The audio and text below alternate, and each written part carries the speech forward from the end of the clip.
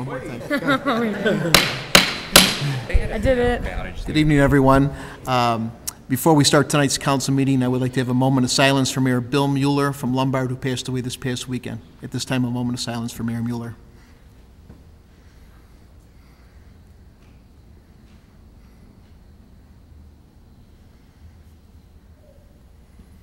Thank you. And with me tonight is our mayor for the day, DJ Cook, who is an 8th grader at Bryan Middle School. He is here representing his mom and dad, Dave and Jane Cook, who were very philanthropic with the YMCA and bidded on the mayor for the day. He's also up here today representing a scout troop. You want to talk about that a little bit and invite your friends for the pledge? I would like to call up my two friends from my Boy Scout troop, Owen Railing and Angelo Biscaglia from Troop 117 in Elmhurst, to help us with the pledge. If we don't, please rise, please. All please rise. Pledge allegiance to the flag of the United States of America and to the republic for which it stands, one nation, under God, indivisible, with liberty and justice for all.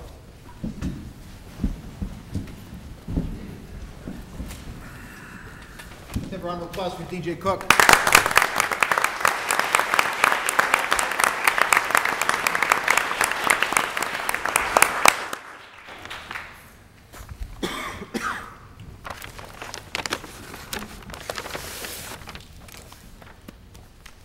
And to make this meeting official tonight, I'd ask Clerk Spencer to call the roll, please. Hesse. Here. Gudenkamp. Here. Leader. Here. Dunn. Here. Bram. Here. Polemski. Here. York. Here. Hipskin. Absent. Healy. Here. Levin. Here. Kennedy. Absent. Morley. Here. Wagner. Here. Mulliner. Here. 12 present, 2 absent. 12 present, 2 absent. We have a quorum. And we'll go on to our first item on the agenda, which is a special recognition from a championship baseball team from Elmhurst Youth Baseball. And I would like to invite the coaches, Coach Bill Clutch, David Gilmartin, Mike Brown, Joe Bay, and Dave Hadaway to the podium, and also to bring their team up for, I believe, the Illinois District Championships. And if you guys would like to say a little bit about your team and what you've done. I know I saw the game, and it was a great game. Thank you. I won't take long. I don't know what to say. I've been with most of these kids since they were 8, and we can talk about wins and losses. They were, I think, 46-6 as 9-year-olds, 54-14 as 10-year-olds, 47-22 as 11-year-olds. But we'll forget about wins and losses. What I love about each and every one of these kids is they represent Elmhurst. We should all be very proud. They've put Elmhurst on the map for baseball, but for me as a parent, our coaches, our parents, they're becoming men, and that's what's more important. They're learning how to lose like men, they learn how to win like men, and they represent what's the best of Elmhurst. So that's all I can say about that. Mayor DeCiani brought us here today to recognize this particular group of kids. Elmhurst Youth Baseball is affiliated with Little League World Series. Now you see these giant kids on TV, and 6'1", 185, throwing 100 miles an hour, and our kids went up against these kids, and we were able to win the District 10, and that's, I'm not even sure how many suburbs that includes. And then we ended up losing in the regional finals, sectional finals, to a pretty good team. Unfortunately, this is the sporting dad in my side. I think we could have won and we should have won, and we will get them next year. But again, if you guys give them a brief, that a boy, they did a great job this year.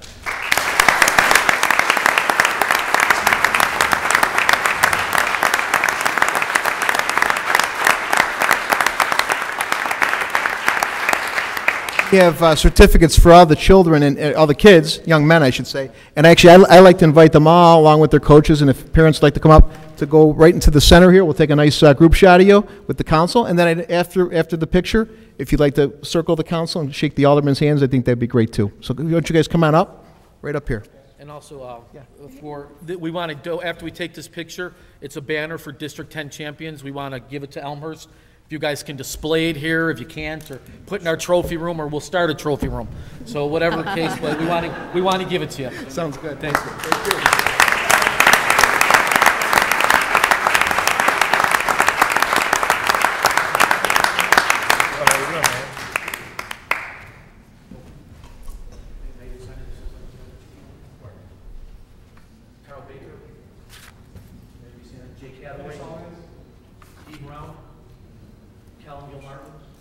Billy Cruz, Dean Steinworth, Zane Intoff, Mr. Yeager, Joey, Joe Hadaway. Come on, Danny, help. That's Danny Chris, there you go. Ian, come on, you know where Ian's help. Great guys. Did he give them certificates? Like we normally do, guys. Come on, guys.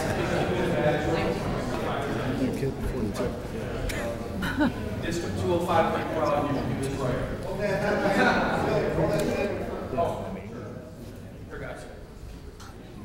There we go. Yeah. This is team. He's about the size. I went through that with my boys. It was fascinating.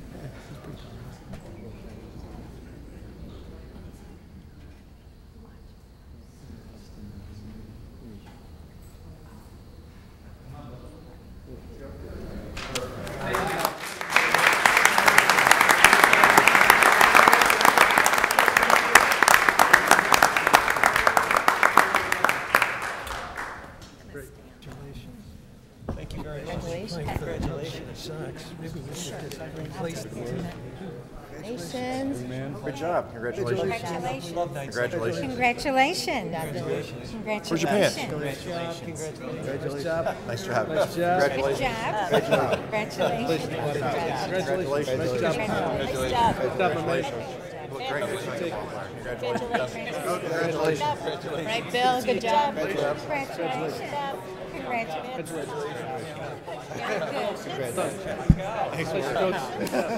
Anytime. Take care of our youth. Good job, Coach. Congratulations. Nice job. Congrats, Coach. You guys. Congratulations. Nice job. Great job. You guys look good up there. What's that? Exactly. See you out on the diamond. Good job. Thank you, sir. Thank you. Sure. Absolutely. Have a listen. I just don't have it.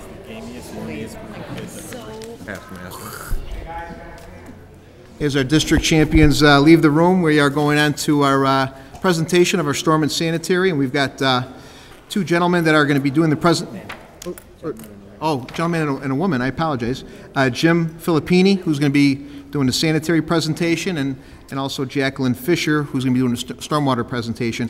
I would ask the committee members of both of those committees to please rise at this time and be acknowledged for all their hard work. If you'd please do so.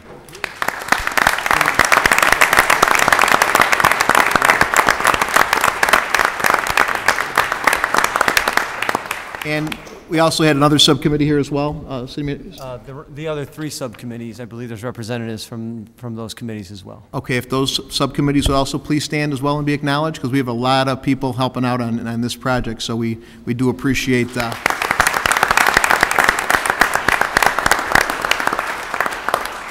This has been a long time in the making, and we appreciate all the hard work and are looking forward to this report. So with that, I'll turn it over to the chair people, Mr. Filippini, and the sanitary for the sanitary presentation. If you'd like to go ahead and start, that'd be terrific.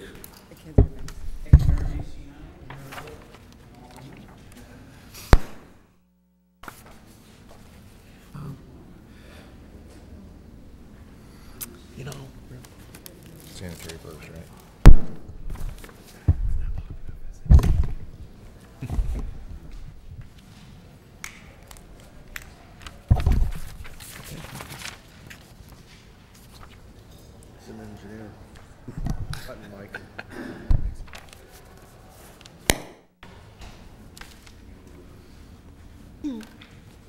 And while they're getting set up here,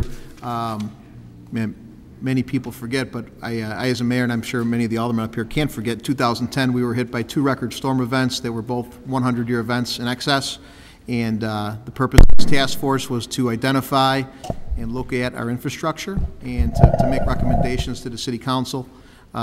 These two areas, sanitary and storm, probably one of the two critical areas that we're looking at to look at the challenges that we face. So we appreciate all the hard work, and with that, Mr. Filippini. Thank you, Mayor. I'm going to give a presentation on the sanitary portion of our sewer system. As you know, we have We'll need to get you a microphone, Mr. Filippini. Do we have there we go. Okay. I'm sorry, so we can make sure we are televised. We want to make sure everybody can see this on TV as well and hear it. Thank you. My presentation is going to be on the sanitary portion of the sewer systems. As you know, we have both sanitary and a separate storm system.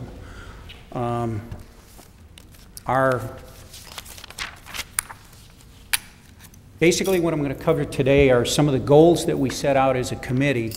We had a long discussion on goals. Well, we had a short discussion on goals initially, and then at the very end, we came back to the goals and discussed those further, and I think finalized those. So I think those are important to give the city some direction in terms of what we're trying to accomplish. I'm going to summarize some of the major issues that were in the RJN report, and then go over the recommendations. Short-term, long-term, going to discuss the overhead sewer program, and then management, operation, and maintenance recommendations as well.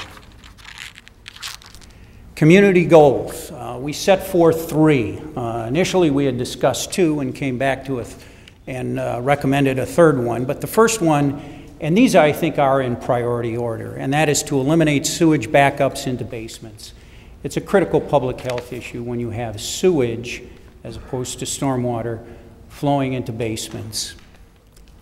Second goal as a community is to eliminate sanitary sewer overflows. This is a goal that was handed to us by Illinois Environmental Protection Agency and also the Attorney General. The third goal is, I would say, more or less a sub-goal that we came up with and set, and that was to reduce the amount of inflow entering the sanitary system to a maximum of about 350 gallons per capita per day. I think we've discussed this before, but generally on a per capita basis, you generate anywhere from 70 to 100 gallons per day. So this is a generous figure, so to speak.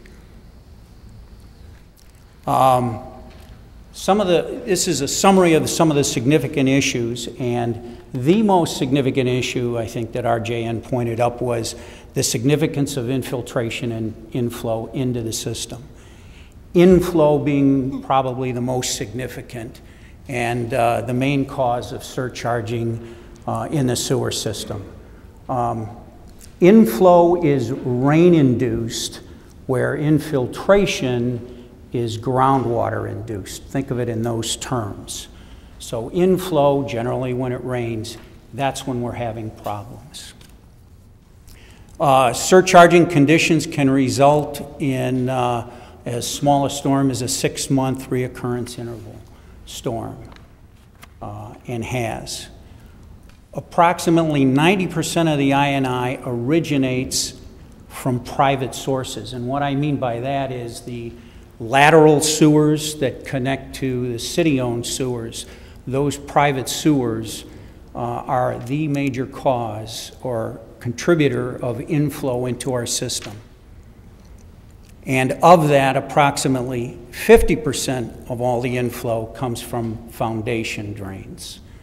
So if there's anything to take away from this, it's inflow is the major cause of surcharging into our sanitary system. Our recommendations in the short term, we recommend that we implement a basement backup mitigation program on a geographical targeted basis. We currently have an overhead sewer program, and we're recommending that we expand on that program. I'll get into a little more detail on the overhead sewer program and some of the recommendations we're making on that. Next is to increase the sanitary sewer capacity through improvements.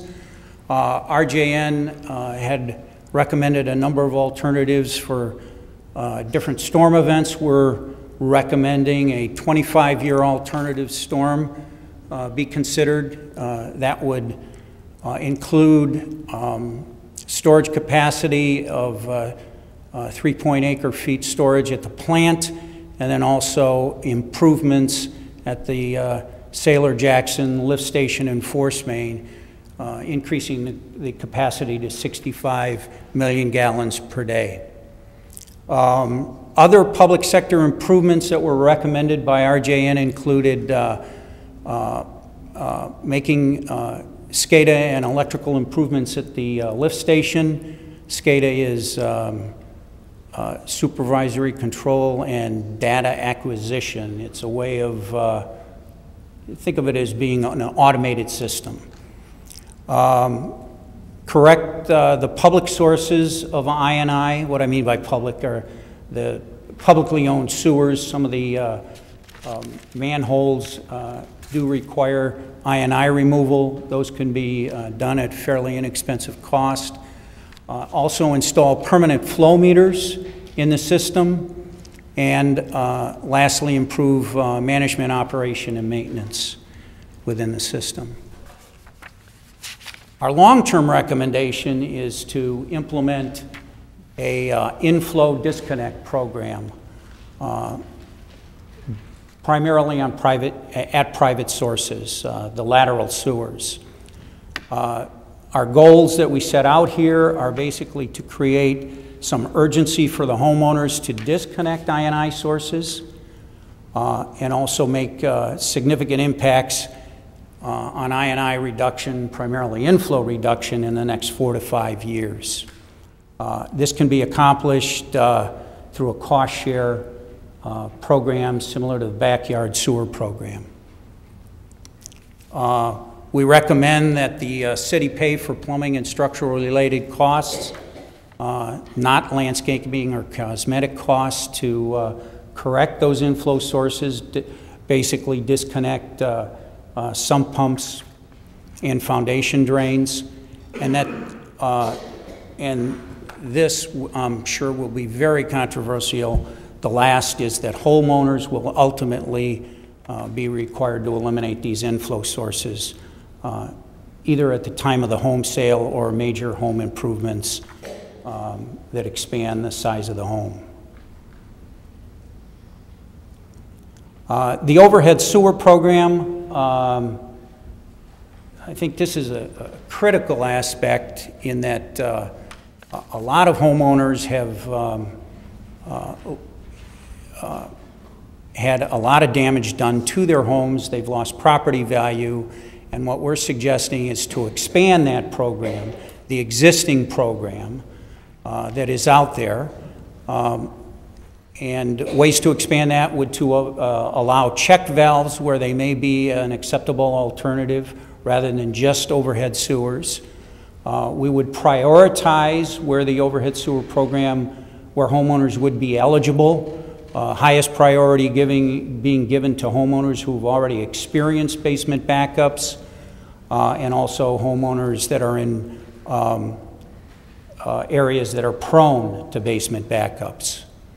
We also recommend that we grandfather the program, grandfather it back to the 2010 storms, to allow some reimbursement to those homeowners who felt it necessary that they had to protect their homes.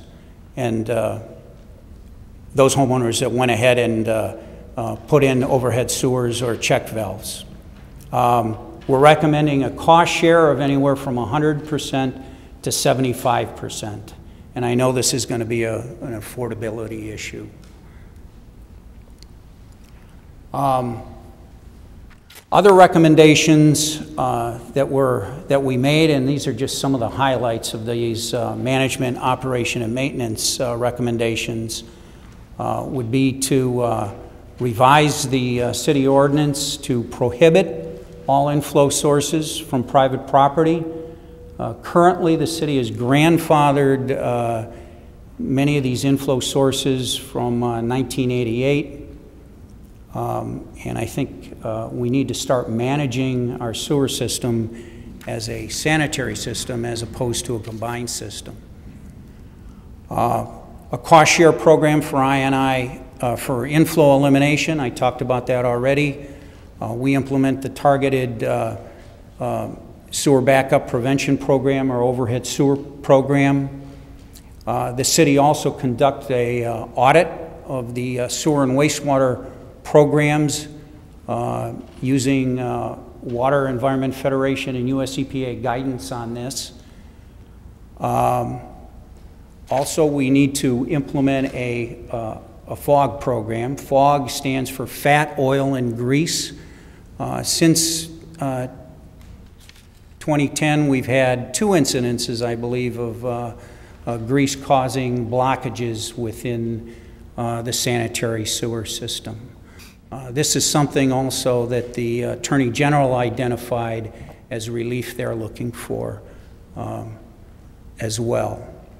We implement a public education program, and this is critical. Public education program on fat, oil, and greases, the need for people to keep it out of their sewer system. Public education on inflow sources, how to manage those at your home, and also how to report on basement backups. We also recommend that we complete the smoke testing. Only, I believe, 20% of the system was smoke tested. We're suggesting that we complete the rest of the smoke testing on the entire system within the next 5 years. We also update our geographic information system and implement an asset management system. We need to be proactive rather than reactive with the management of our sewer system. And lastly, ensure that adequate revenues are generated through appropriate user fees. There are also additional recommendations in the report, but this pretty much are some of the highlights that we've identified. Thank you.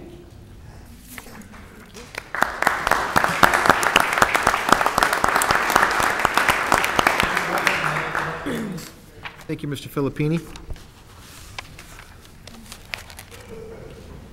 And now we will ask Jackie Fisher to come up to talk about Storm. Jackie, we appreciate your help and your dedication to this task force, and look forward to hearing what you have to say. Certainly. I think it's interesting that both Jim and I are either current or former US EPA employees, and neither of us were the chairs of our group, but we both ended up speaking tonight. So you're getting an EPA perspective, if you will. But I'm here representing our stormwater team, and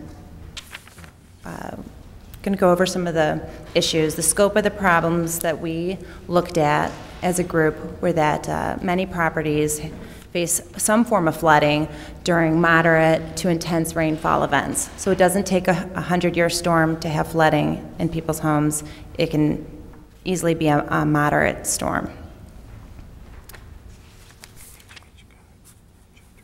Factors which contribute to the flooding can relate to ground elevations. Low spots obviously collect surface water. The capacity of the stormwater system is limited. So when we have high rain events or even moderate rain events, the current infrastructure can't handle the amount of water coming through it. Plus land development, newer homes also have some level of impact. And there's other contributing factors as well. So our group specifically, we looked at the most pressing issues that we thought were important. You know, street flooding exists, there's yard flooding, and then there's actual flooding of homes. And we felt as a group that the most pressing issue is when water comes up and over your foundation. That was what really needed to be addressed first. And so here's a picture. This is courtesy of the Elmhurst patch and the Morrow family. And it shows, this is from the 2010 storm, water right up to people's homes. So that's the type of issues that we'd like to look at. And obviously, homes with reverse slope driveways also face this issue more frequently than other homes.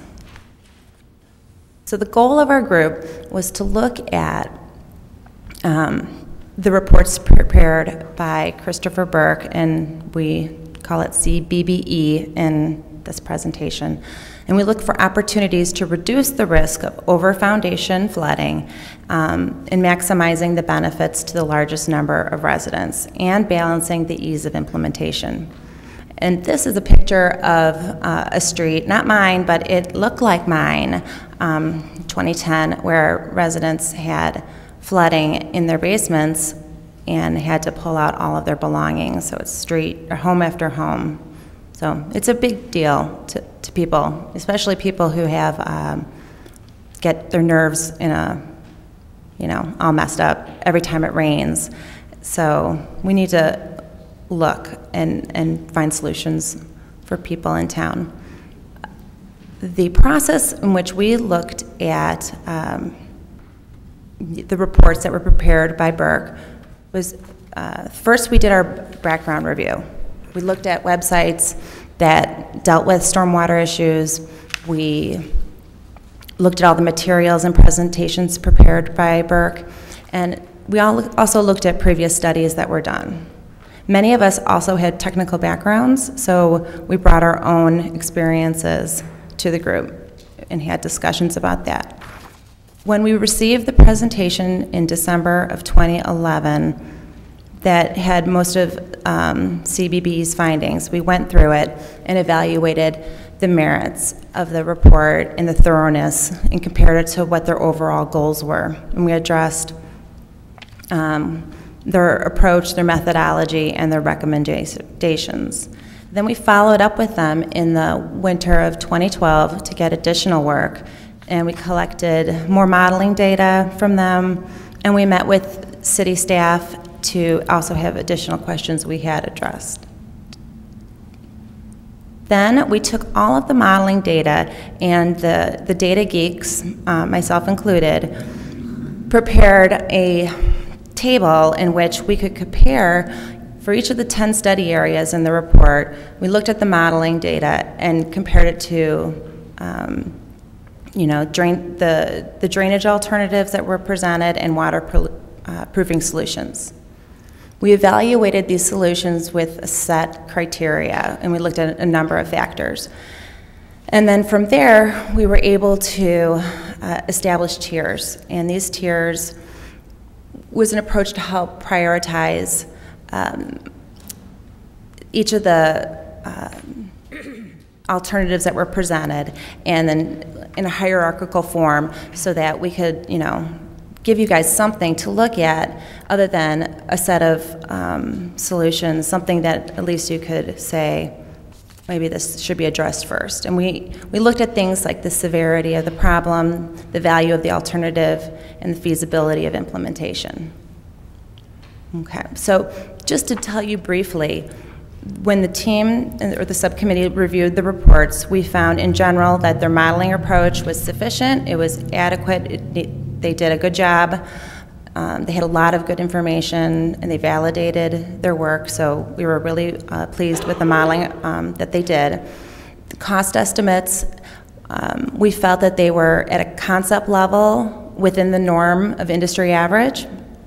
The caveat would be that it does not include third-party land acquisitions, any costs associated with using other properties to have temporary storage of surface water. There's so many other factors that could contribute. So when we look at numbers later on, please keep in mind that these are rough, low-end numbers because they will increase as we get more information. So with respect to the drainage improvement alternatives for each of the 10 areas, they provided a number of alternatives for each study area, and we found them to be appropriate. They're the best management practices that are standard. We would add that when we first saw the presentation and the report, that we were hoping to see something a little bit more innovative or out of the box kind of thinking, maybe merging multiple ideas. But I don't think that was in their work plan to do that, so I think they did what they were asked to do, but we were hoping to see a little bit more.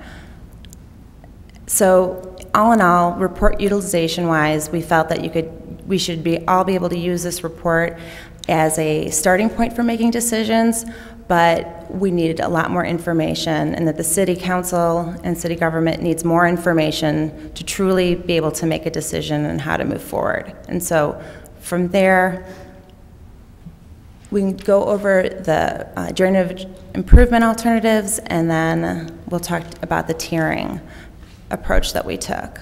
So we looked at each alternative that was presented, and we looked at the severity of the problem. So what that means is how many homes flood and how often. And then we looked at the value of the proposed alternative, which was how much benefit did this alternative provide? Did it remove 100 homes from being flooded in a given storm event, or did it remove one? Then we looked at the feasibility of implementation. This is the trickiest of them all. That's the big unknown.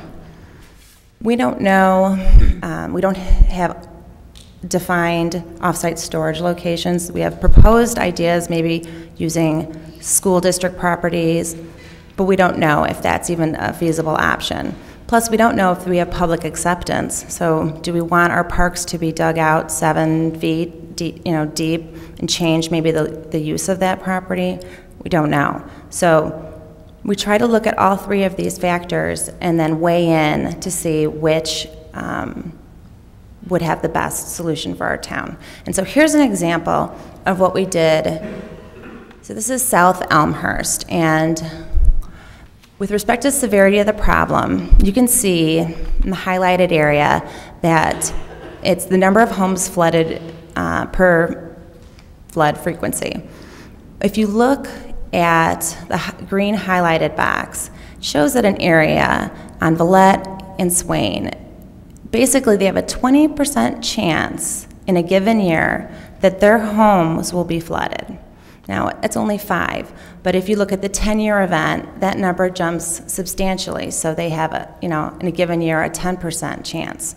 So we looked at the severity of the situation and the frequency to see how bad was it in each study area.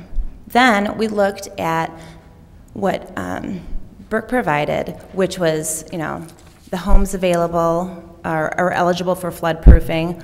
We also looked at each of their individual alternatives, and you can see on the bottom that there are 4 that were provided for the Southwest Elmhurst, and it shows the number of homes that are removed. And then we looked at things, and this is just an example, is their costs that they have assumes above ground storage, and there's no allowance for acquisition costs. So let's say we decided we wanted floodwater to go to a containment system underground. We don't have any of those costs mixed into that formula or the table there. So those are some of the things that are still unknown. But we went ahead and we, still felt that we could start and provide some guidance to the council and the city by giving a tier structure. And so we used this hierarchical approach, and we felt that tier 1 projects had the best impact by saying, the largest number of homes would be positively affected. Tier 2, we felt that those were alternatives that would give you a decent number of homes would be positively impacted and, at a good cost. And then tier 3, these are either alternatives that were non-preferred for tier 1 or tier 2. So for instance, if 4 alternatives were presented for the South Elmhurst, and we chose 1, so 3 of them would be in tier 3 then. Some of them were perceived to be cost prohibitive, so let's say a project cost $3 million that was presented as an alternative, and it only helped 1 home. We thought perhaps there may be another option for that 1 home. And then we looked at, we were hoping that maybe there were less costly options available, such as for flood proofing. So if a specific study area did not fall under Tier 1 or Tier 2, we do recommend that the city look at each of the other study areas and try to come up with some solutions for those areas. We just didn't find the solutions for those study areas using the Burke report. So here are the Tier 1 sites. The total project costs here are $23 million, and again, they're low numbers. They involve Southwest Area 1, Pine Street, Southwest Area 4, Southwest Area 3. So that covers A, B, C, D, and E of the Southwest. You can see the number of homes removed and the level of protection it will provide. I do want to highlight real quickly that the city has been doing work. So, some of these are long-term plans. These are capital improvement projects. But in the meantime, we know that the city's been working and doing things like installing high-capacity inlets, open grate systems to help aid some of the flooding that occurs on Pine Street. They did the same for McKinley and Crescent, or Spring Road between McKinley and Crescent. So there are activities that the city has been doing as we've been preparing our report. Tier 2 projects are the Yorkfield #1, Seminole #2, Geneva #1. The costs for these projects are substantially lower. It affects less houses, but it does bring the level of protection up to a 100-year level of protection, which is a 1% chance we get that level of a storm per year. And again, more work has been done in the Cottage Hill area to protect Seminole. So Tier 3, here's the list of the ones that were not considered feasible. But again, we encourage the city to relook at any of the study areas that were not selected in Tier 1 and Tier 2.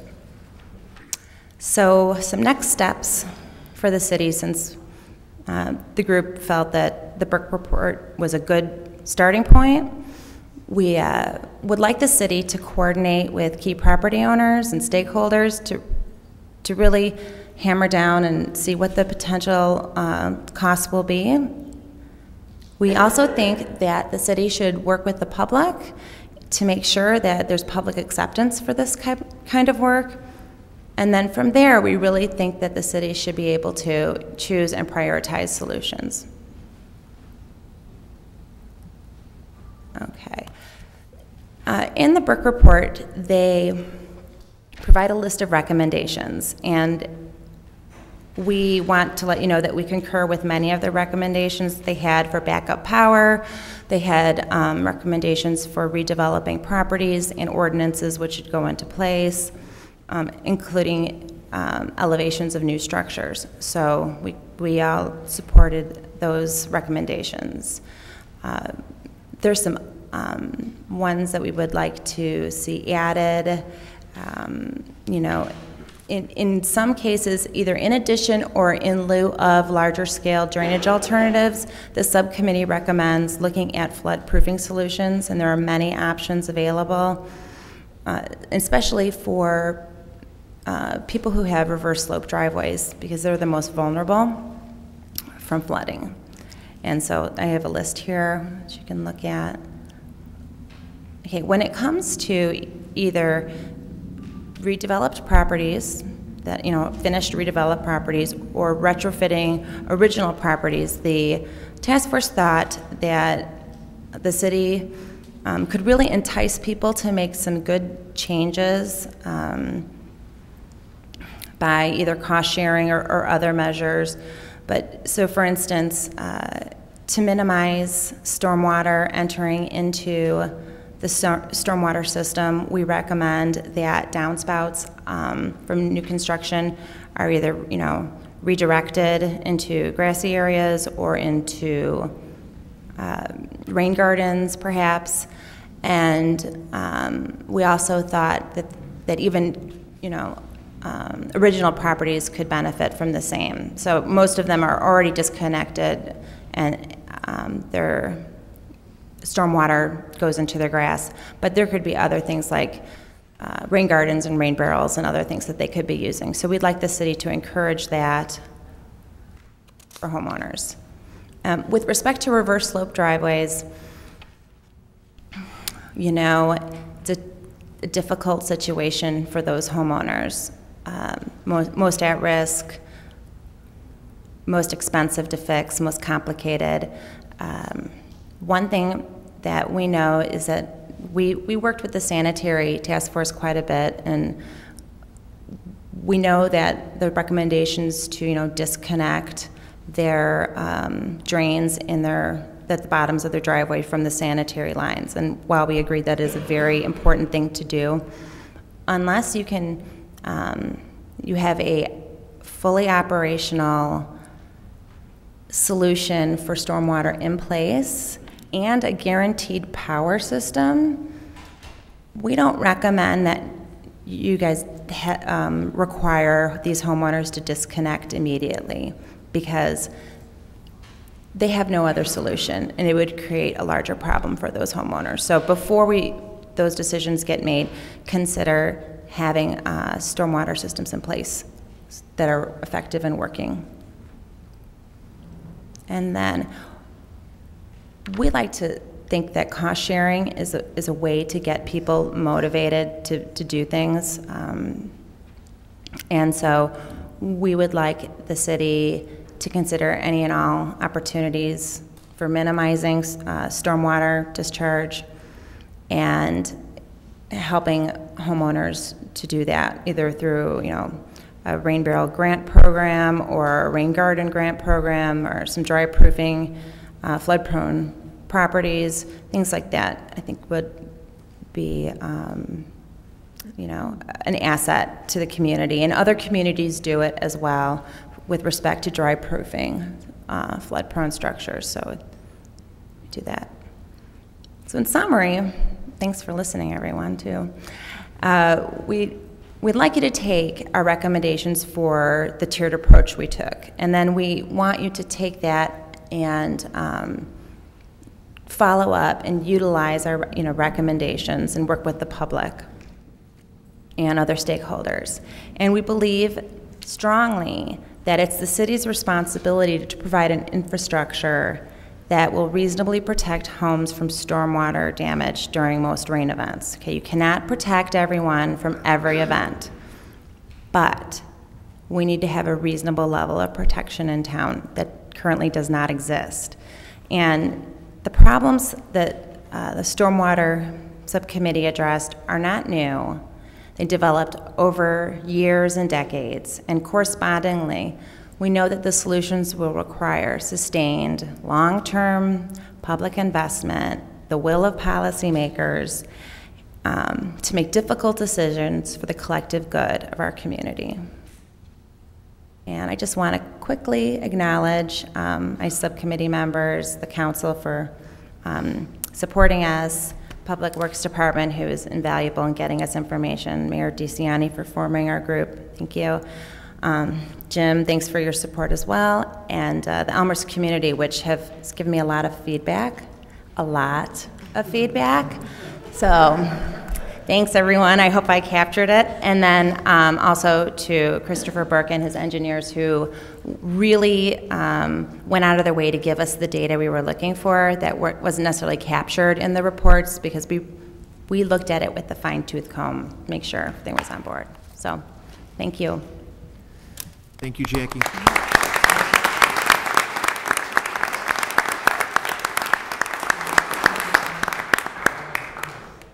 Job well done by the entire, you know, committee, subcommittees. That's what we do here in Elmhurst when we have problems. We dealt with finance when many of us took office. We put the task force together to deal with those issues, and suddenly we got hit by an issue that we didn't expect, and we're dealing with those things as we speak. And it's really, at the end of the day, it's the community that steps up and empowers us to do what we need to do. So we appreciate your hard work and all the hours. And I know on behalf of Chairman Kennedy from Public Works, who could not be here tonight and felt really bad, I wanted to extend a thank you from the chairman as well. This will go into his committee, And he will be, he along with Vice Chairman Dunn and Alderman Gutenkopf and Alderman Healy will be delving into this and taking your recommendations to heart and making recommendations to us, and we'll keep on working it and dealing with it and take it head on, just like we do all our other challenges that we have. So, again, we thank you. Moving along in our agenda, we are going to move on to written communications. Is there anyone that has any written communications in our petitions? If they have those, please rise and present those to Clerk Spencer. Anybody with any written communications in our petitions? Okay. We will now open up the public forum. Clerk Spencer, is there anyone signed up for public forum this evening? Yes, Mr. Mayor. We'll start with Mary Conway, 551 North Kenilworth. And Mary, it's always good to see you. We grant 3 minutes. If you'll please state your name and address. Yeah, that's fine, Mary. Thank you. Okay. Well, I thank you for letting me voice my opinion. My name is Mary Conway. I live at 551 North Kenilworth Avenue in Elmhurst. And I've been a resident of Elmhurst for 42 years. My husband and I have lived in North Elmhurst and raised our family here, and our daughter lives in that same area as well and is raising her boys in that area. And I'm talking about Mariano's. When I heard about Mariano's wanting to establish a store in the vacant Ford dealership building, I was elated. My neighbors were excited, and no one said to me that they were not in favor of Mariano's. Aside from the experience of shopping at the store, we welcome the opportunity to compete with other communities who house Pete's Fresh Market, Whole Foods, Trader Joe's, Standard Market, and the like. Now I am here tonight to emphasize the importance of having this business in our neighborhood. If you drive on York Street, north of the 290 extension, you will notice an empty building at Crestview. AT&T moved out of there, and there it sits. The strip malls to the north and south have vacancies. Driving further north, the empty Ford dealership is begging for redevelopment. How can there be any question that Mariano's wouldn't begin to enhance our community, and not just our business community, but our residential growth as well? When Willis Johnson had the foresight to renovate the Central Business District, bringing in Starbucks and York Theater additions and improvements, downtown Elmhurst was reborn. Now it's our turn to see rebirth in North Elmhurst. Mariano's will be a springboard to this much-needed change. They will provide new revenue to the city. As an anchor store, a new window for commercial growth on North York Street will be opened. And in addition, this will be a signal to builders that this is a viable residential area. Open your eyes, look around. It is very obvious that we need Mariano's in Elmhurst. Thank you. Thank you, Mary. Lisa McLafferty, 586 North Willow.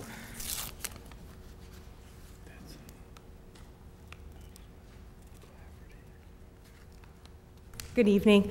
My name is Lisa McLafferty. I live at 586 North Willow here in Elmhurst, and I'm here to echo very similar to what Mary just had to say, and I'm here in support of the North York redevelopment. I've lived on the north side of Elmhurst for 12 years, and just having to say north is one of the reasons I'm even here tonight, because I hate having to say I live on the north side. I live in Elmhurst. We all live in Elmhurst. And my husband and I love Elmhurst, and particularly the block that we live on, which is the 600 block of North Willow. And while we've seen some growth on our block and certainly in our surrounding neighborhood with the addition of new homes, we've seen the exact opposite with businesses, particularly north of Lake Street. Stevens closed, the Ford dealership moved, and a pawn shop and a tobacco shop moved in. And then the hotel changing hands. It's all a little sketchy right there, and I'm right off of Crestview and Willow. And there's more storefront vacancies than not, as Mary mentioned, all of the vacancies there. I am so terribly proud of my house and the block that I live on, and I'd like to feel that way about the side of town that I live on. In fact, our block several years ago, because we're so close, came together and we successfully supported adding sidewalks to our one block in North Elmhurst. It made a huge improvement, but sidewalks on the north side are another issue. We need Mariano's. And we need to become more of Elmhurst, the north side. We need a draw to the north side. It would be a huge improvement. I also believe that bringing a business like a Mariano's would bring other positives to the North York area. I'm a member of the Elmhurst Imams Facebook group, which is just a resource and information sharing forum. And recently there was a discussion, among many, many other things, about grocery stores. And I tell you that Elmhurst Imams Facebook, there's a lot of power that group has. But someone was looking for recommending a market outside of, it was asking for about grocery stores, and someone had recommended a market outside of Elmhurst. And it made me think, don't we want to keep moms like me, Elmhurst moms like me, here shopping in Elmhurst? And I believe that would happen if we brought Mariano's to our town. And I'm also fully aware of the other benefits that bringing a business like Mariano's to Elmhurst would bring, like jobs and whatnot. So there's many positives, I understand. There are so many opportunities along North York Road, and we just need one main draw, and I really think others would follow. All of the vacancies on North York are a huge eyesore and not generating any value to our city, and certainly not representative of the people who live on that side of town. I understand there have been 3 other successful TIF districts in town which have been beneficial for many, and I think the north side deserves to share in some of those benefits. The city continually seems to focus on redevelopment south of North Avenue, and there are many of us on North Avenue, and again, particularly north of Lake Street, that want you to know how much we love and support Elmhurst. Please show us the love, and please support the North York Road area. Thank you. Thank you, Lisa. Stephen Mosco, 205 North Willow.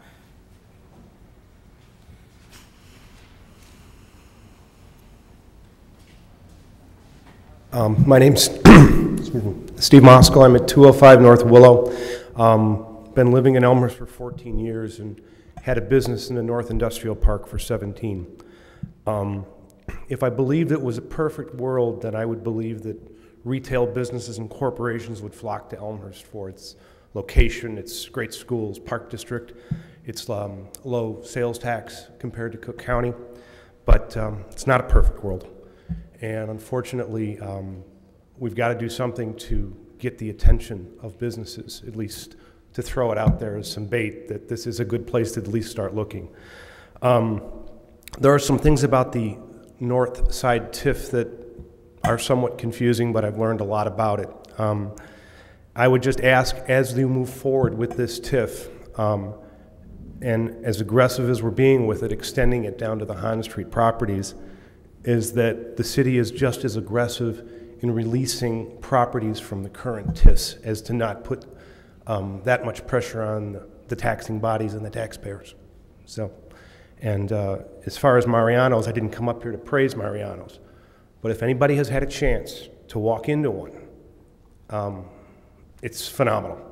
And years ago, I worked for Dominic's, and Mariano's today is what Dominic's was back in the day. So, if anybody hasn't had a chance, drive to Arlington Heights, don't buy too much, or Palatine, and check it out. Thank you. Thank you. Kevin Sherlock, 955 South Sailor. Kevin? Mr. Sherlock?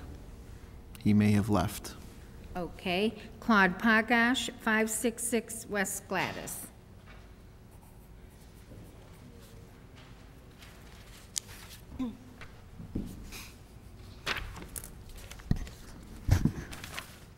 My name is Claude Pagach. I live at 566 West Gladys. I've been to 2 of these meetings in this council about the TIFs. I hate to disillusion those people.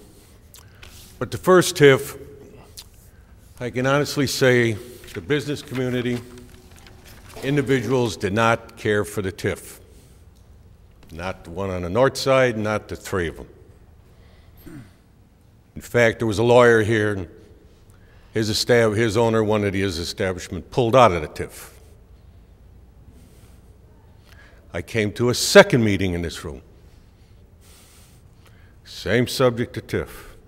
It's as if the first meeting never took place. I got the mayor, the city manager. We got to deal with the school. They're worried they're not going to get enough money. We can come up with $1,300,000, $400,000 out of the Lake Street TIF. 10 years later, we can come up with $1 million they can use forever they want, and $5 million can be split between the park district and the school.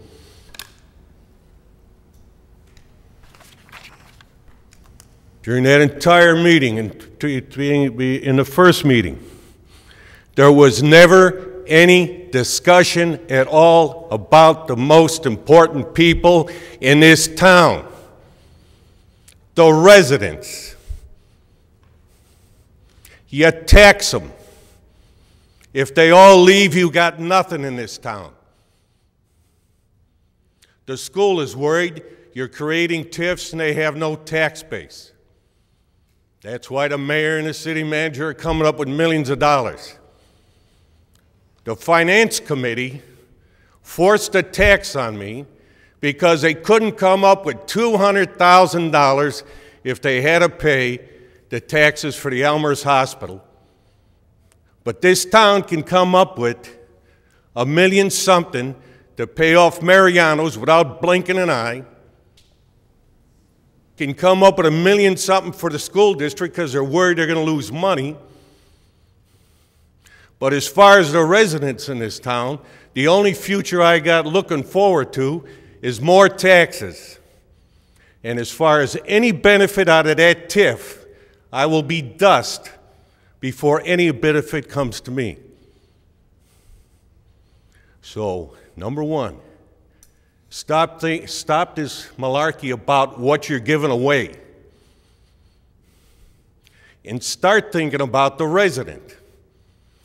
Because if you go with these TIFs, that school board, besides the money the mayor's going to give them, is going to start raising taxes like crazy because they got nobody else to tax. And that is the bottom of it. Claude, if you could wrap it up, I'll give you about 10 more seconds. All right, 10 more seconds, Mayor, is this. I don't like the city finding money all of a sudden because the school board and the park district come to this council and say they're worried about they need money, and this council automatically comes up with it like they're running a printing press. Thank you, Claude.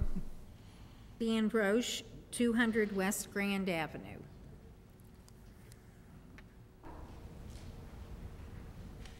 Okay, that's going to be fun to follow. I'm going to have to disagree just a little bit. I own a business at 200 West Grand Avenue, Roche Chrysler Jeep Dodge. I've watched the whole street, the whole area get a little decimated over the last 4 or 5 years. I've also watched what we've done on the south side of Elmhurst, Elmhurst City Center, Lake Street. We have taken those parts of town and we've made them very, very nice. We've made them places where people want to go shop.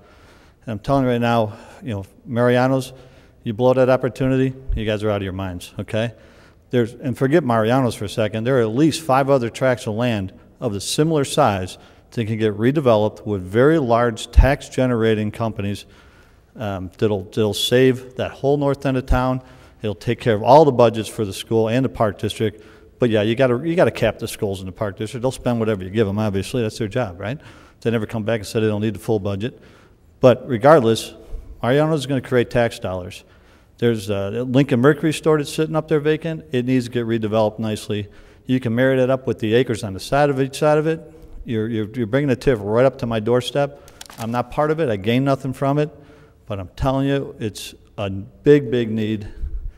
Don't blow Mariano's and find 4 more companies like them to come to town and create the same tax dollars because the city needs it. If you don't do it, we're going to continue to look like Western Avenue up there, and you're going to keep putting up there 20 used car lots that have 20 cars on them for $39.95, and you're not going to like what's going to happen from there. So go for it, straighten it out, be aggressive, get it done. That's all I can say. Thanks. Thanks, Dan.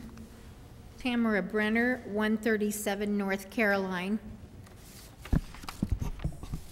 Tamara Brenner, 137 North Caroline. So at the public hearing 2 weeks ago, one of the questions I asked concerned the anticipated end EAV value for this new TIF 4 being listed in the redevelopment plan as ending up at $105 to $150 million, over and above the starting value of $32 million for this new TIF 4. I looked back at the redevelopment plans. Believe it or not, I actually did do this. I looked back at the redevelopment plans for TIFs 1, 2, and 3 because I was curious what the anticipated ending EAVs were for those 3 TIFs. And it seems to me that the anticipated end value for this TIF 4 is way out of proportion to what it was for TIFs 1, 2, and 3. I think it's reasonable to say that the anticipated end EAVs for TIFs 1, 2, and 3 included only that growth anticipated to be due to redevelopment, not growth due to inflation. And that's why I asked the question, how did we determine the numbers 105 to 150 million?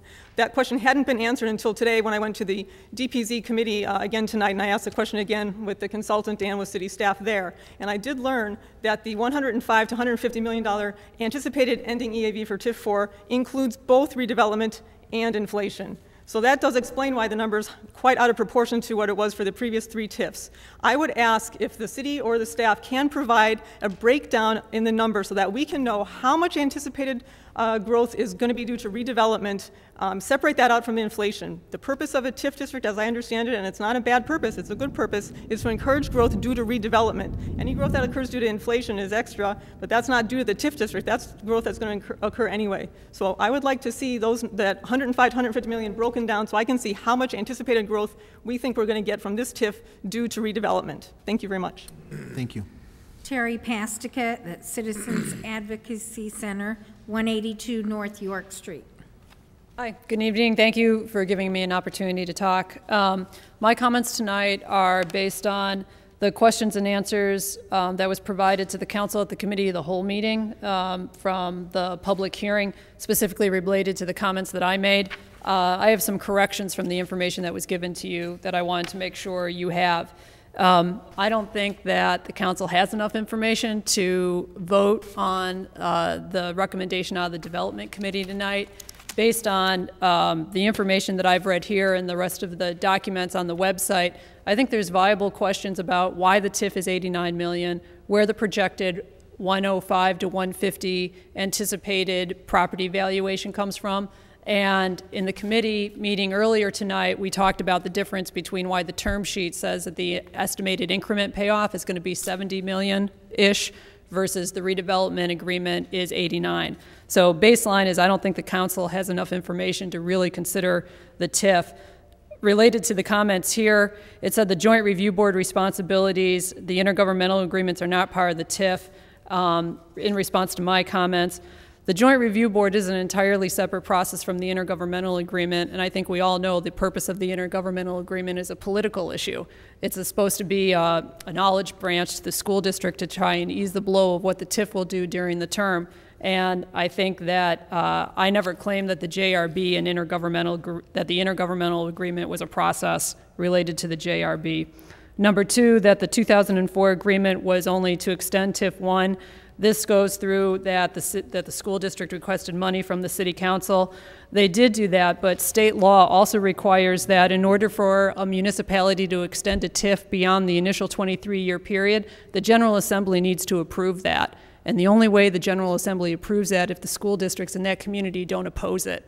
So the extension was necessary.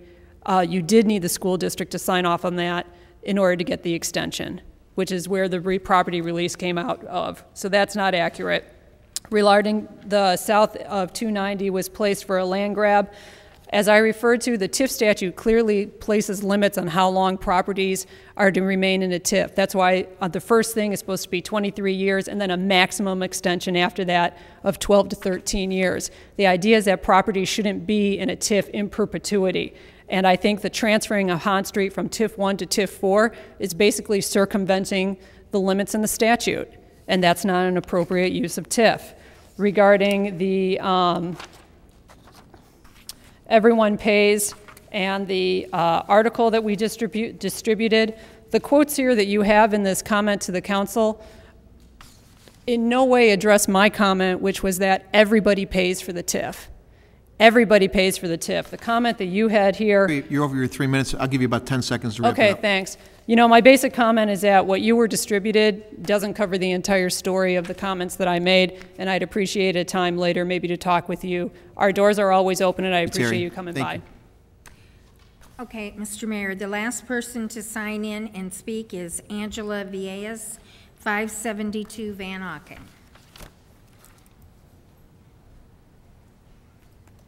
Good evening, everybody. I won't stand up here and throw numbers. I'll speak from my heart. I live at 572 Van Auken, and I echo what Lisa and Mary and the gentleman from Larry Roche stated. We need a Mariano's in our area. You know, my daughter graduated from York a few years ago, and she drives down Route 83 and St. Charles and sees the new businesses in there, and then she comes home and sees our area, and it's still the same.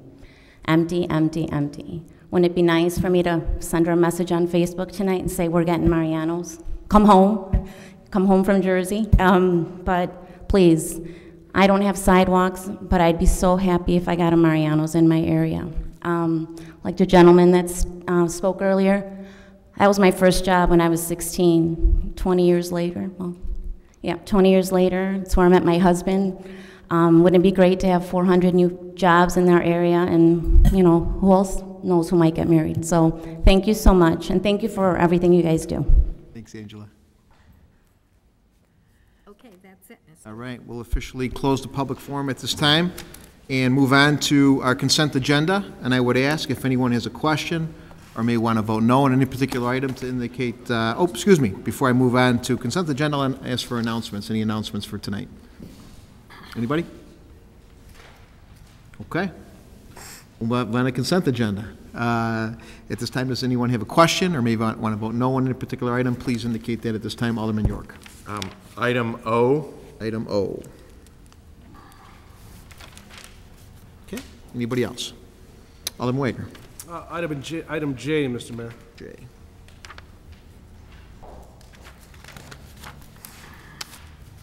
All right. Anybody else?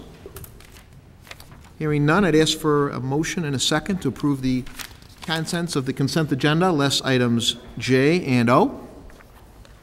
Alderman Morley want a motion, second by Alderman Levin. And Clerk Spencer, if you please call the roll. Morley. Aye. Wagner. Oh, Aye. excuse me. Levin goes first, sorry. Parliamentary rules. Okay, Levin. Then Kennedy, who's absent. Wagner. Aye. Sorry. Mulliner. He just left. Oh, Absent. He's absent. Okay. Pezza. Aye. Gutenkopf. Aye. Leader. Aye. Dunn. Aye. Graham. Aye. Polumsky. Aye. York. Aye. Hipskin. Aye. Healy. Aye. 12 ayes, 0 nays, and 2 absent. 12 ayes, 0 nays, and 2 absent. The consent agenda passes. Last items J and O. And at this time, I'd ask for Clerk Spencer to read the recommendation for item J, please.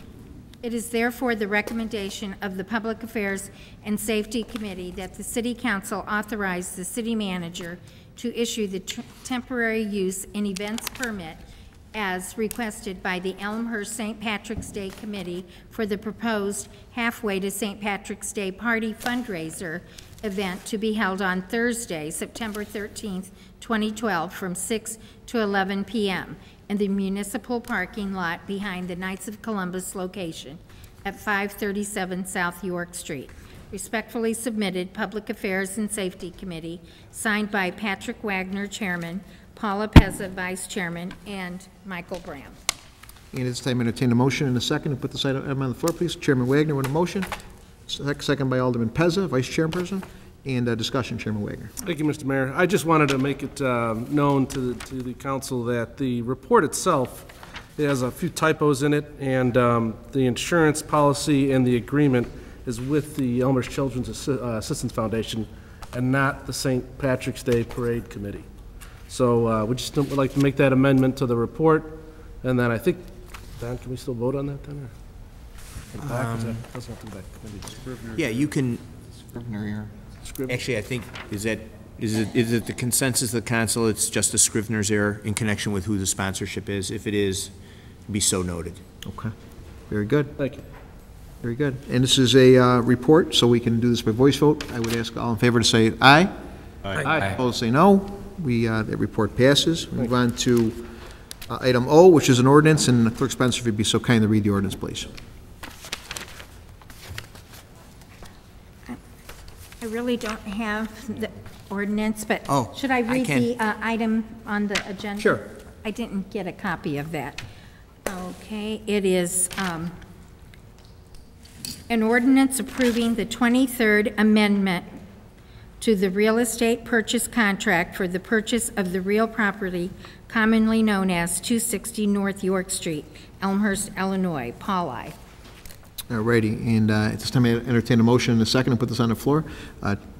Alderman York with a motion, second by Alderman Hipskin. Mr. Chairman, discussion. Alderman York. Yeah, I'd just like to, and again, we don't have the ordinance in front of us, but I'd like to make a motion to change the date on the amendment to September 6th. Okay. And do we have a second on that? Alderman Hipskin with a second. Yes. At time, should we add to that motion? And suspend the rules. The suspension of the rules so that we can approve it this evening? Absolutely. And I would ask for a motion and a second to suspend rules. Can do that now or do it after? We can do it now. We can do it now as well. So Alderman York again with that motion, second by Alderman Hipskin on suspension of rules, so we can vote on this in the same meeting here. So, go ahead. It's a voice concurrence, Mayor. Okay. All in favor on the suspension of rules? Any discussion, first of all? Okay. All in favor say aye on the suspension? Aye. Opposed, say no. Ayes have it. We suspend the rules so we can make this amendment and vote on it the same evening. And would you like to indicate the no, just would like to just change the date Okay. to a date earlier than 30 days. Very good, very good. Okay. And Roll call. Needs a roll call vote, unless there's more discussion from the any council. discussions, questions? Hearing none, I ask Clerk Spencer to call the roll, please. York. Aye. Hipskin. Aye. Healy. No. Levin. No. Kennedy, absent. Morley. Aye. Wagner. Aye. Mulliner. Aye. Pezza. No. Gutenkopf. No. Leader. Aye. Dunn. Aye. Graham. No. Polumsky. Aye. 8 ayes, 5 nays, and 1 absent. 8 ayes, 5 nays, 1 absent. The ordinance passes with amendment. And we move on to item 9, committee reports. Clerk Spencer, if you'd please read the recommendation on item 9A, please. Therefore, it is the recommendation of the Development, Planning, and Zoning Committee that the City Council approve the required ordinances to establish the North York Tax Increment Finance District, TIF 4. Respectfully submitted, Development, Planning, and Zoning Committee, signed by Stephen Morley, Chair, Danny Polumsky, Vice Chair, and Norman Leader, Alderman, 2nd Ward. Very good. And before I ask for a motion in a second, I just want to impress about how important this is for North Elmhurst. And it takes vision and leadership to make tough decisions, and we are making I think not a tough decision, but a very big, important decision tonight. But this will change the future of North Elmhurst. So with that, I'd ask for a motion and a second to put this report and recommendation on the floor. Please, Mr. Chairman Morley and Vice Chairman Polumsky with a second and discussion. Chairman Morley. Thank you, Mr. Chair. I ask for the committee's indulgence as I try to summarize over a year of hard work, not get into the weeds too much,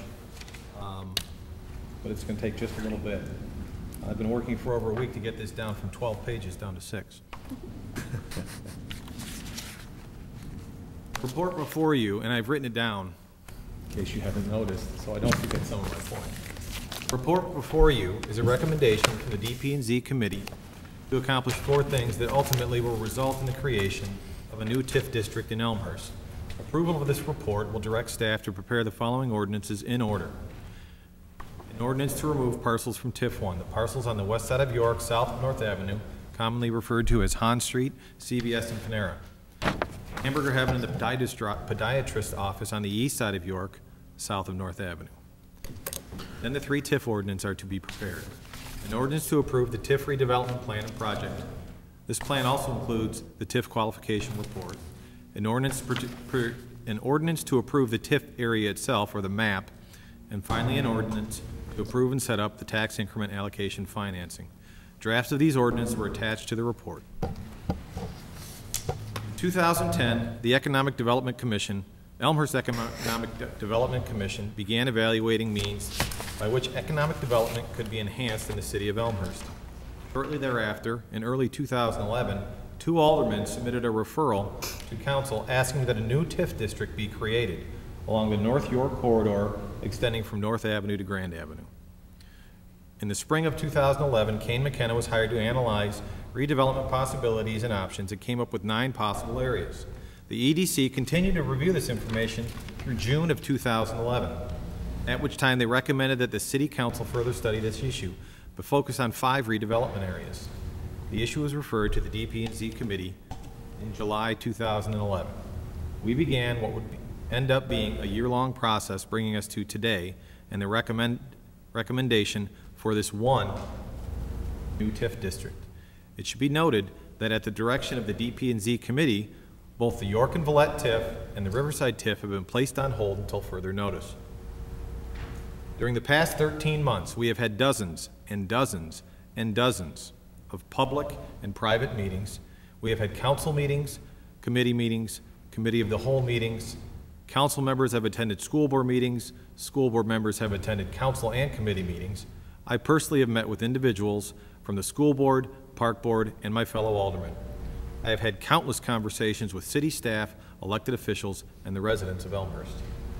This recommendation does not come lightly or in haste. The issue at hand is dollars, specifically tax dollars. More specifically, tax dollars of the Elmhurst residents. I believe the Elmhurst resident pays enough in taxes. There are 2 ways to lessen the burden on the Elmhurst resident. One is to have strong fiscal policy that allows for us to manage your tax dollars, spend them wisely, all while looking for ways to reduce spending and continue to deliver the services Elmhurst residents expect and demand. The other avenue which deserves critical attention is the growth and expansion of our tax base. That is what we are here discussing today. We must find ways to encourage new growth within our Elmhurst city tax base. The status quo is not acceptable. Inflation ensures that the services we pay for today will be more expensive a year from now. Without an effort to broaden our tax bases, what options are available? Tax increases? This TIF redevelopment is about the expansion of our tax base and the future of Elmhurst. The TIF area under consideration has grown at a rate in the commercial areas of 0.18%. Let me repeat that. It has grown at a rate of 0.18%. That is unacceptable, and something needs to be done. If it is within our power to facilitate growth and redevelopment, we must act. What about our fellow taxing bodies? Elmhurst has a proven track record with past TIFs and its willingness to share incremental revenue. Historically, we have released properties and declared numerous TIF surpluses. This goes above and beyond what is required, as nothing is required by law or mandated.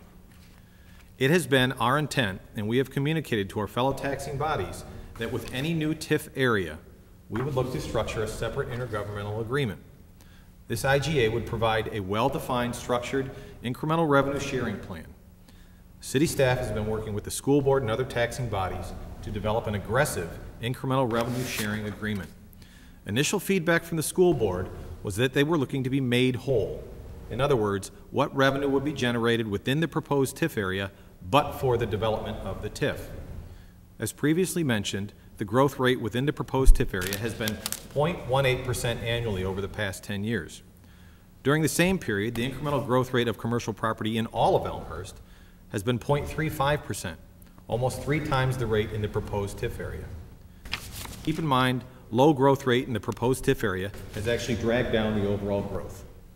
Should these properties grow at a rate of 0.18% over the next 23 years, the incremental amount of revenue District 205 would expect to collect would be approximately $950,000. Best case scenario, if the properties in question experience a growth equal to that of the rest of Elmhurst at 0.53 over the next 23 years, the incremental amount of revenue the district would collect would be approximately $2.8 million. I'm pleased to say that we are close to an agreement with our fellow taxing bodies. Briefly, the proposed incremental revenue sharing agreement, along with redevelopment funds, which was discussed at length last week, exceeds the desired make-whole amount by almost 4-fold. We have received positive feedback from District 205 and the Park Board. A recent memo dated August 13th from the Park District states their attorney has reviewed the language and has found it acceptable. The memo also states that the revenue sharing proposed by the city, and I quote, represents a good faith effort to lessen the impact of the TIF on the Park District. Late last Friday afternoon, District 205 submitted a written proposal based on recent discussions to city staff to review for consideration. The initial review of this IGA proposal submitted began earlier this evening at a scheduled DP&Z meeting. City staff will be contacting District 205 to discuss any resulting outstanding questions and concerns. I am confident that we will have a signed revenue sharing agreement in the very near future. On to the development area. The total EAV of the TIF being considered is 1.48% when compared to total city EAV. Over the past year, the DP&Z committee has reviewed and considered many different changes to the map as it was originally proposed by the consultants. You will note 2 significant changes to the map. First, we made an amendment to include Conrad Fisher Elementary School and Churchville Middle School. Including these parcels in TIF allows for much greater flexibility with regard to distributions of funds to District 205. The second significant change is the addition of some parcels of land immediately adjacent and south of North Avenue on York Street. The addition of these properties will allow for the city to continue to pursue development opportunities in this area. Concern has been expressed regarding the continued freezing of this property. Again, this comes down to a question of dollars. When discussing this with a member of the school board, and I was told, and I'm paraphrasing, they understand the need for the city to pursue and generate growth, as it is a benefit to all taxing bodies. But please keep in mind their ongoing financial needs. We had this in mind when we developed a proposed revenue sharing agreement. In fact, the school board has included the transfer of these properties in their proposed agreement provided to us. In terms of scope, the EAV of the properties added south of North Avenue represent less than 4% of the total TIF map being considered. Or another way to put it, this map is approximately 96% of what the referral submitted in January 2011 asked us to consider. It is important to note that these properties in TIF 1 are currently paying taxes. It is important to note that these properties in TIF 1 that are currently paying taxes will be reset to 2012 values once they are released prior to being included into the North York TIF. As it relates to TIF 1, or as many people refer to, downtown TIF, the 2004 intergovernmental agreement between the city and District 205 calls for surplus to be distributed to all taxing bodies starting in 2014. In 2014 through 2022, we project that the city will release TIF surplus in the amount of $17 million, with over $11 million going directly to District 205. Per District 205 Director of Finance, this revenue is currently not accounted for in their projections. Elmhurst currently has 3 TIF districts. All 3 TIF districts are scheduled to end within the next 9 years.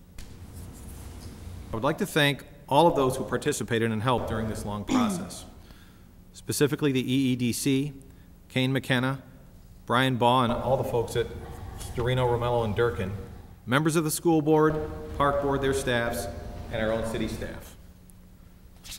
To my fellow committee members, Danny Polumsky and Norman Leader, I would like to personally thank you for your dedication, your hard work, patience, and your input. In the years 2001-2002, the country and Elmhurst were caught economically flat-footed. Starting in 2001, the sales tax revenues from our car dealers started to collapse to the tune of over $1 million a year. To date, sales tax have not recovered. That is a $1 million a year hole that has to be filled. We were fortunate enough to have cash reserves on hand to help us through these tough times. However, it is the Elmhurst taxpayer who currently shoulders this additional burden. It is time to reduce this burden and take steps to expand our base. We set out to develop a TIF in conjunction with an incremental revenue sharing agreement that is, at the very least, cost neutral to the citizens of Elmhurst, while providing for new and necessary opportunities for growth and redevelopment. I believe this TIF proposal and related pending IGA have met or exceeded this goal. New growth and development is essential for the future of Elmhurst. I ask for your full support as we move forward on this accord. Thank you very much for your time. I would like to add one postscript. Much has been made of the estimate of the $89 million total estimated projected cost listed in the redevelopment plan. As I said before, I did what I could to scale this down, and what we're voting on tonight allowed me to do so. Ideally, TIF areas and projects and not taxpayers would fund these costs. I think the next item on our agenda, with regard to Mariano's, is a good example of how anticipated growth can pay for these projected costs. Thank you. Thank you, Alderman. Mr. Chairman, Alderman Leader. Elmhurst is not some splendid little island surrounded by a sea of tranquility. It's only one of some 250 communities within a sprawling area of 10 million people. We are in constant, harsh competition for jobs, industry, commercial enterprise, and vital retail tax dollars. Should we lag behind in this intense competition, then people will not want to buy homes in Elmhurst or live in Elmhurst, and our housing values will weaken dramatically. For towns like people, it is about the survival of the fittest. I was born in Chicago in the depths of the Great Depression. I have seen what happens when neighborhoods and cities do not replenish themselves through growth and development. All cities must periodically renew themselves or they will wither and die. Elmhurst is no exception. A stranger's first impression upon entering Elmhurst at York and Grand, its northern gateway, is that it is nondescript, a largely commercial area whose growth rate woefully lags the rest of Elmhurst. It is not typical of Elmhurst and no man's land. It is the orphan of Elmhurst. It is time we brought it back into our larger family. The North York TIF will reverse and remedy this by bringing vital, new retail sales tax growth and economic development into the area. The emerging North York will be seamlessly linked to our successful downtown by a new and attractive landscape and streetscape. Visitors will be enticed, not disappointed. Elmhurst is landlocked, so it must rely on redevelopment. TIFs in Elmhurst are a tried, tested, and true method of redevelopment. The three earlier TIFs have had returns on investment measured in terms of equalized assessed evaluation of between 300 and 400%, still growing. They were developed in the 80s and 90s and arrested and reversed a very disturbing downtown decline and were vital in bringing solely needed and very successful redevelopment to our outlying areas along Route 83 and along Lake Street. We are not going to issue $89 million in bonds. The bulk of TIF financing is on a pay-as-you-go basis with dollars coming out of TIF revenue growth. Standard & Poor's has rated Elmhurst AA+. Only a bond issuer who follows the most conservative and responsible fiscal practices receives the coveted AA+ rating. Our rating is higher than the great majority of cities in Illinois. It is higher than the great majority of cities in the United States. It is higher than the great majority of countries in Western Europe. Elmhurst does not now, or then, or ever abuse the issuing of bonds, because if it did, it would not be rated AA+. That rating is the ultimate, impartial, accurate, and unemotional report card on Elmhurst's financial practices. If we cannot develop fresh sources of retail sales tax revenue, as TIFs do, we will have to choose between raising taxes and cutting vital city services. No one wants to make that choice. The TIF also provides for added revenue for the schools, revenue that would not otherwise exist. The city and the schools, inextricably bound together, are the shield and buckler that ultimately support housing values. Now, there are those who argue that the time is not right for this TIF. Yet when is the time right for any economic development? In good times are sown the seeds of bad times. In bad times are sown the seeds of good times. There is no short-term, this is no short-term development. This is a development with at least a lifespan of 23 years. Many of the individual projects developed will last 50 years or more. There is nothing as vital to the city, to the life of the city, as economic growth. When growth stops, decay sets in, and the end comes soon enough. I hope that none of us will ever have to say about the things we now take for granted in Elmhurst. There they are. They're gone. There you were, and you're gone. And I don't know how it happened. To attempt to see this project in the narrow landscape of the present is to ask that time cease and the dawn never come. The river of time does not change course, not for any of us, not for Elmhurst. I know the future is not a single road, but a maze of roads. But I firmly believe that Elmhurst will choose the broad path of progress and not take the narrow road to yesterday. I will not be here in 23 years, but your children will, and your grandchildren will be here, and Elmhurst will be here. Thank you. Thank you, Alderman Leader. Alderman Polomsky, Mr. Vice Chairman. Thank you, Mayor. I want to thank city staff, our committee, Chairman Morley, the EDC, consultants, everyone who has helped with our study of this area and gathering information and helping us answer questions. It's been a really long process, and I'm glad that we've gotten up to this point. The way I see it, consideration of these 4 ordinances is a defining moment of this council. We have the opportunity to develop and redefine the North Side, not only North York Street, but the surrounding residential and North Side schools. Many residents, myself included, are hopeful that in the near future we'll be able to drive north on York, past North Avenue, into a streetscape like that in City Center, a vibrant, lively, handsome North Side.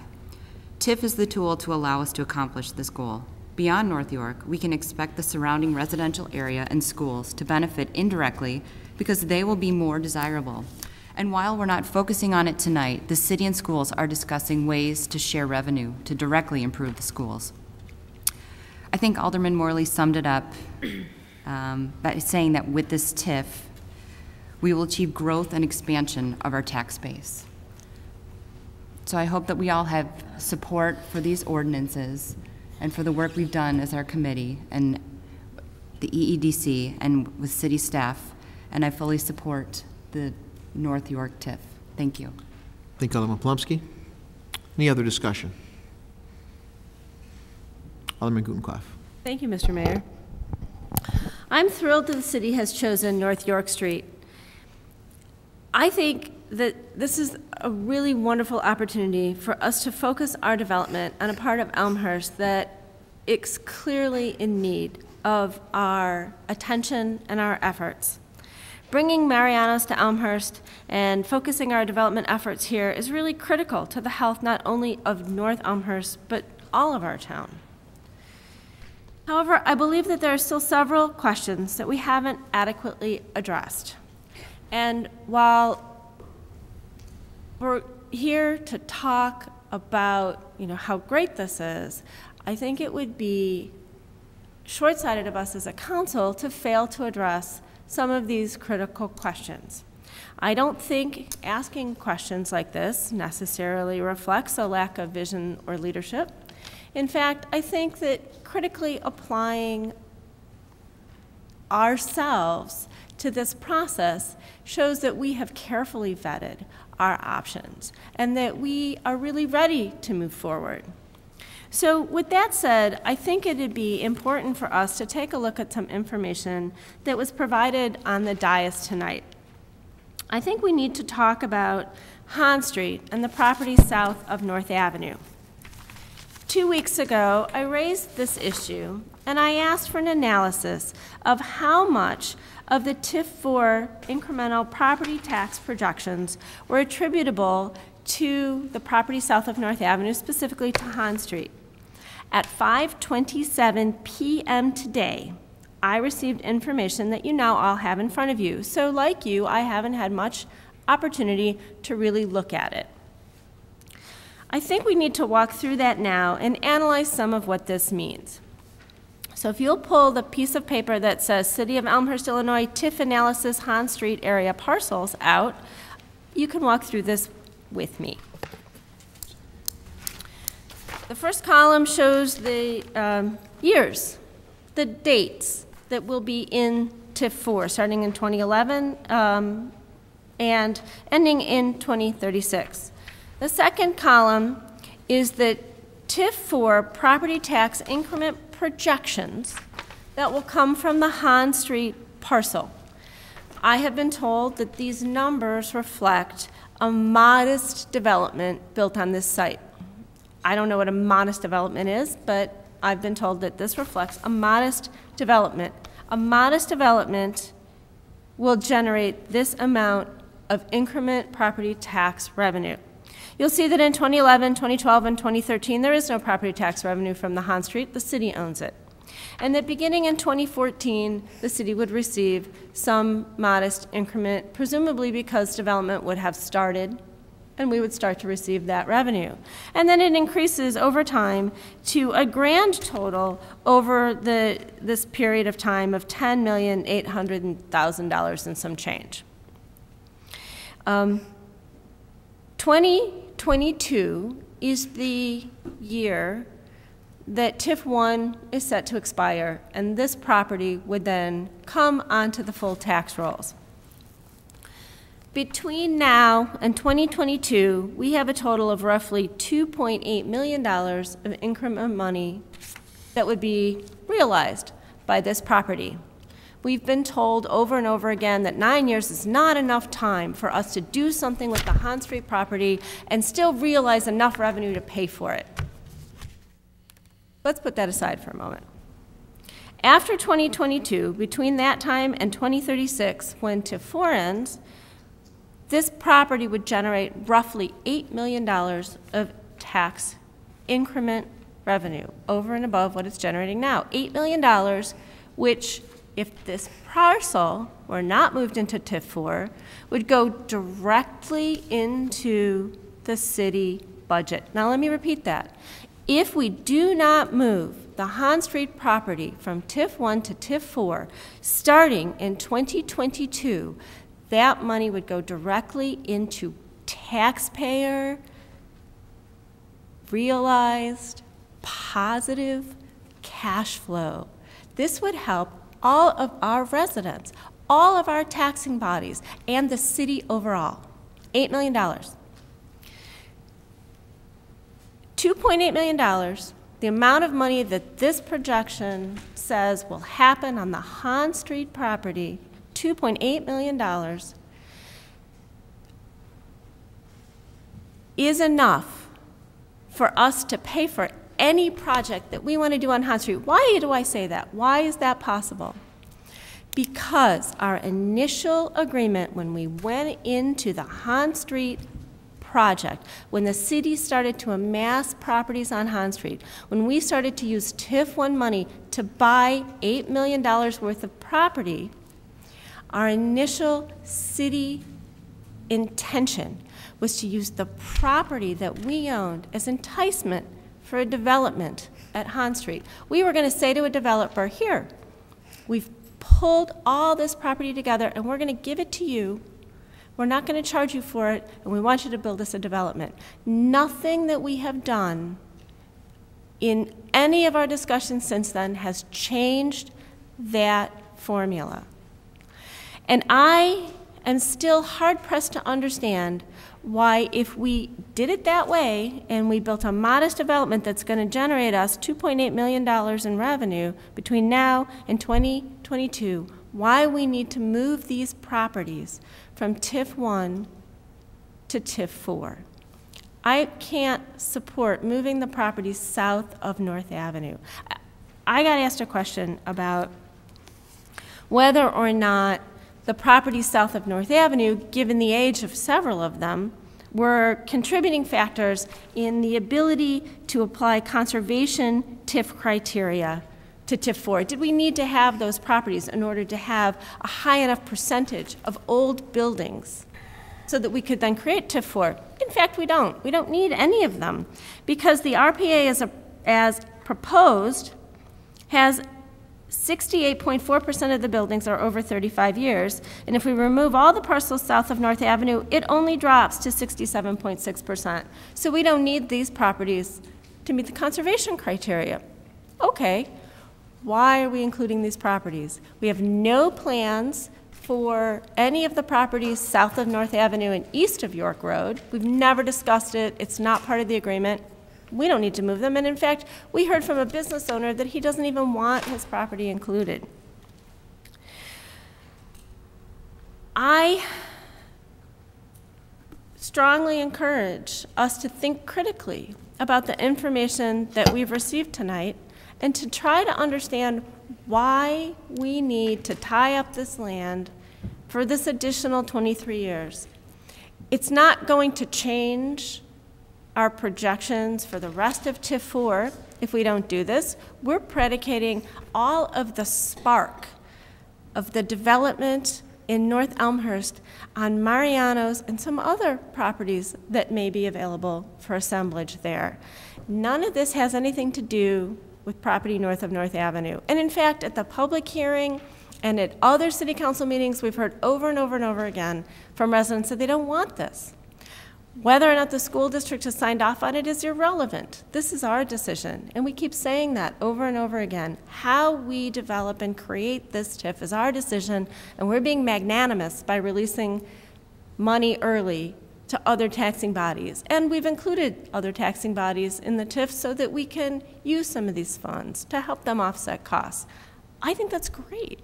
None of this has anything to do with that. This is all about when are we going to realize that extra $8 million that this proposed development could generate south of North Avenue.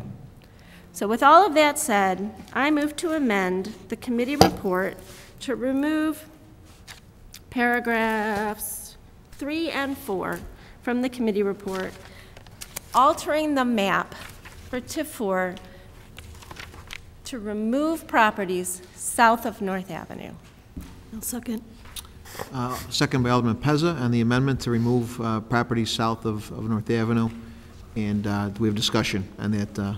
Point of order, Mr. Chair. Yes. Just a quick question. I understand what the alderman is trying to do. I would ask, because I had discussed this possibility with Mr. Storino, is this the proper way to achieve what they're willing to, what they're trying to do in amending the report, or should they try to amend the recommendation of the report?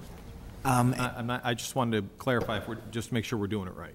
As I understood Alderman Gutenkopf's motion, it was a motion to amend the ultimate recommendation that's going forward, to remove Hahn from the TIF. And I think that's appropriate. You can't amend the committee report. The committee report is the committee report.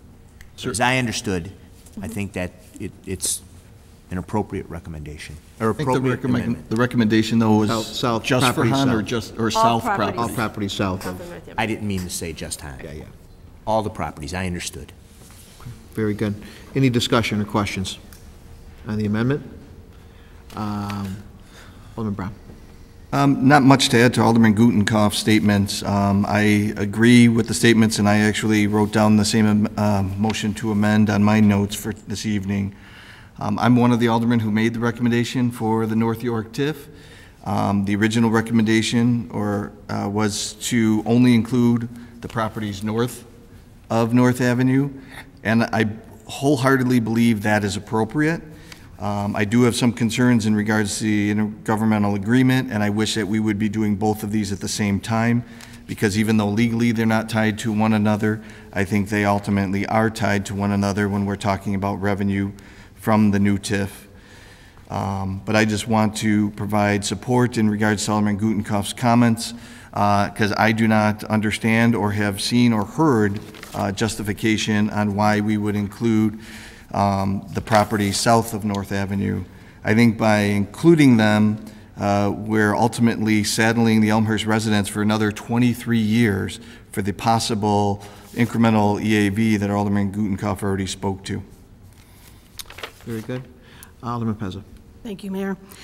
I echo these statements, and it just kills me because I want north of North Avenue to be improved probably more than anyone, or as equal as anyone up here. However, say it again, it was not our original intent. I just feel like somehow this got slipped in under the radar. I have no, in my mind, good reason why. I have not really heard any good reason why this has to be in there. Alderman Gutenkopf did a wonderful job explaining why perhaps it's better to not have it in there. Better benefit, I believe, to the Elmhurst taxpayers. And the other piece of this is, if it is moved over, no one's talked about, and what I've heard come from some school board members is that they were told, and I would like to ask someone to clarify, that the intent is to move it over and give even more incentives on the property out of TIF 4 to whoever comes along for something we don't even know what we're building. So now we'll be paying $8 million out of TIF 1, moving it into TIF 4, and who knows how many millions more being invested into this piece of property. I think we should, there's an old saying, I think it was, pigs get fat, but hogs get slaughtered. Kind of being a little bit greedy here, and I think I don't want us to get slaughtered with being greedy and moving this all over and not having any, what I feel is real legitimate reason to do so. So I would support removing those properties because I think aside from that, it's an excellent TIF. Thank you, Alderman. Alderman Levin. The last person that used that saying got indicted, but that aside, I think an important point here is that these more, and I understand Alderman Gutenkopf is pointing out that we haven't seen this information, but my understanding of these Morningside projections would be if the property's developed. Not that side. Ignore the Morningside projections, look at the other side. I'm looking at the other side, but if we're looking at, is the Morningside data you pointed to the $8 million we're giving up? No. From 2022 to 2036, that totals roughly $8 million. Okay. Ignore Either side you look at it, it has to be, the Hahn Street properties have to be developed to have an increase in the EAV. And unfortunately, these are properties that got caught in the switches. Before the time I was on the council, there was a lot of debate about getting that project going, and perhaps it was over-debated because in the middle of the over-debate, the economy crashed, that project got caught in the switches, and it never got developed. So I don't know that we're taking it away from the taxpayers. We're looking for an opportunity to make something happen with that piece of property so that it can be all that it was expected to be. It's to add to what we give to the taxpayers, not to take away from what we give them. I understand the concerns about putting things in TIFs forever, but as you heard Alderman Morley say, it's a very small percentage of what the total project is all about. So I don't want to have this property, this project we've put so much time and money into to fall apart when now's the time when maybe we can make something happen. You know, these kinds of, this is, you know, the past TIFs were successful. They happened at a time of great economic growth. We've gone through some difficult times. It means that if we're going to do a TIF and include a property like Hahn, we have to be even more careful. I think the hard work's been done, and it makes sense to me to leave that property on the Hahn Street side as part of the TIF area. So I'm going to be voting against the motion. Very good. Any other discussion? Alderman Brown. Yeah, thank you, Mr. Mayor. I just want to point out, I think that the Hahn Street properties in particular have had over, well, I don't know, over 23 plus years now to be redeveloped. Economy, council decisions, both a combination or whatever other reason why they're not developed today, that should not be the rationale or the penalty, if you would, to pull them into another TIF that will add additional, whatever, 15 to 20 plus years to those properties, not being in the total EAV of the city and the other bodies of government. I understand Alderman Levin's point on this, but the benefit of this TIF is solely for north of North Avenue. That was the recommendation, and there definitely does need to be some revitalization in that part of town. That part of town over the past couple of decades or so has provided a substantial sales tax revenue for the whole city of Elmhurst. Since the car dealerships have had their struggles, we definitely have seen a decline, and the city as a whole has suffered. So the opportunity here is for the north side. I don't think that any allocations of the properties that have been in a TIF for close to 30 years or being targeted for a total of 36 years should be moved into a new TIF and be taken out of the total EAV equation. I wholly support Alderman Gutenkauf's motion. I ask everyone to look at the original referral and the benefit that we're trying to achieve here. We're trying to achieve a revitalization of North Avenue, York, and Grand Avenue. That was the intent. I think everybody on the dais agrees with that. So I think that everybody should take a look at that and support Alderman Gutenkauf's motion. Thanks, Alderman Bram. Alderman Gutenkauf, if you have anything new to add? Oh, I'm sorry, Alderman Hipskin. So I'd like to thank the committee for their tireless work, and the fact that we're saying that you're trying to slip something in under the radar absolutely offends me. You know, bringing up points on the dais the night that we're going to vote on something with the numbers absolutely inaccurate, 100% inaccurate. You cannot take these projections without saying what the county's going to get, what the all the different taxing bodies, and then just saying, oh, it's $8 million. That's not true. It's 100% not true. We cannot, the night before, years of work put in, just say, oh, I want to take this out. You know, and then saying, oh, we slipped it under the radar, that people are trying to slip things. It's baloney. Let's look at at Hahn Street. In 2006, through pure innuendo, an alderman accused the mayor of being in cahoots with the developer. Therefore, let's rebid it. The height of the economy, we let this slip through our hands. I voted absolutely against it. I was as mad that night as I am right now. Aldermen that are up here right now voted to rebid it. And there's not too many of us that fall into that category. Voted to rebid it. Look, we've let this slip through our hands. We don't go the night before, a year of work, throw this at us with inaccurate numbers. This isn't how we get things done. This is political baloney, and I'm sick of it. Ooh. Alderman Gutenkopf. Thank you, Mr. Mayor. First, I'd like to address Alderman Levin, because Alderman Levin, you can't have it both ways. These figures in front of you, I didn't make these up. These came directly from the original RPA. These were provided to me by the city finance director, Alderman Hipskin. And the only reason you're getting it at the 11th hour is because I asked for it 2 weeks ago and got it at 5:27 tonight. And how many seconds? All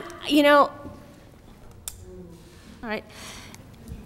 This is not the 11th hour. This is information that has been requested of city staff at the appropriate time. Staff were given ample time to come up with these numbers and chose to provide them to all of us, doing all of us a disservice by not giving us enough of an opportunity to really vet these numbers.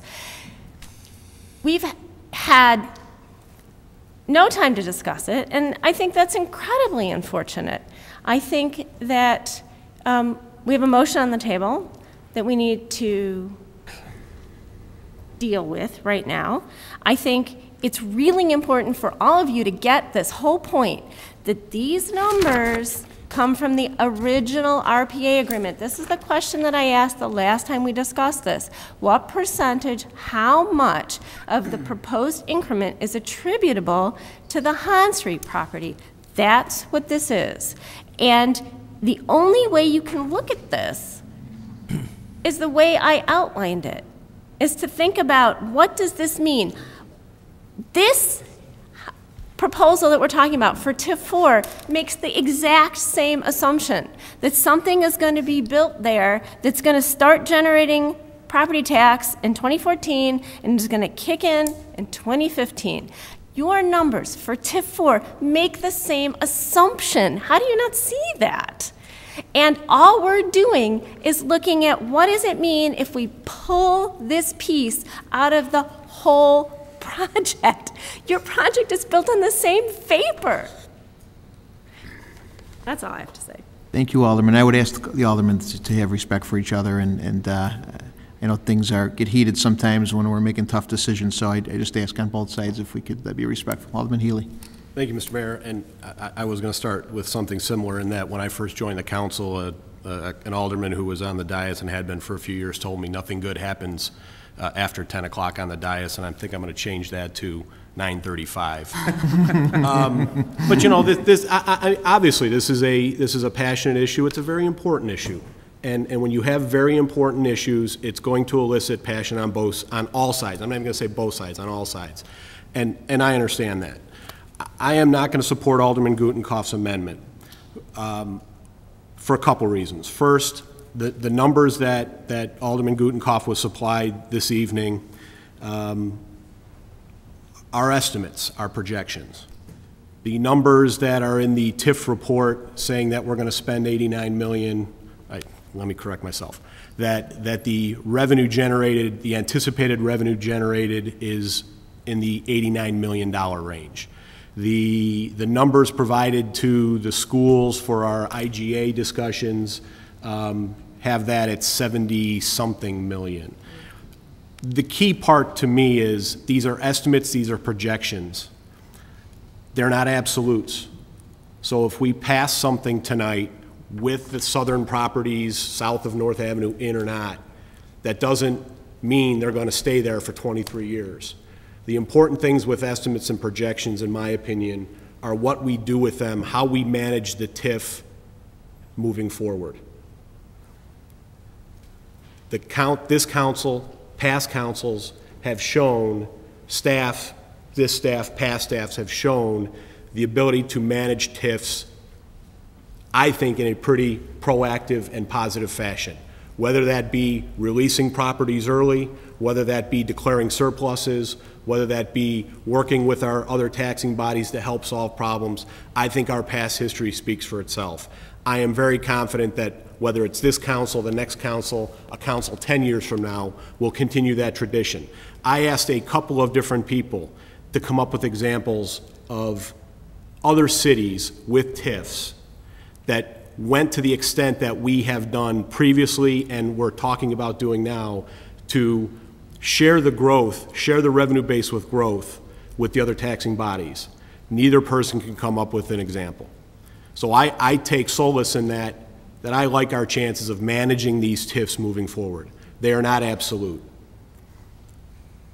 Secondly, regarding the development of the Hahn Street properties, quite honestly, I don't have the faith that we're going to have something decided upon, built, and then recover our revenue in 9 years.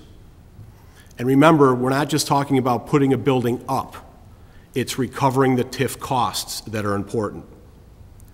I don't have the confidence we're going to get that done in 9 years.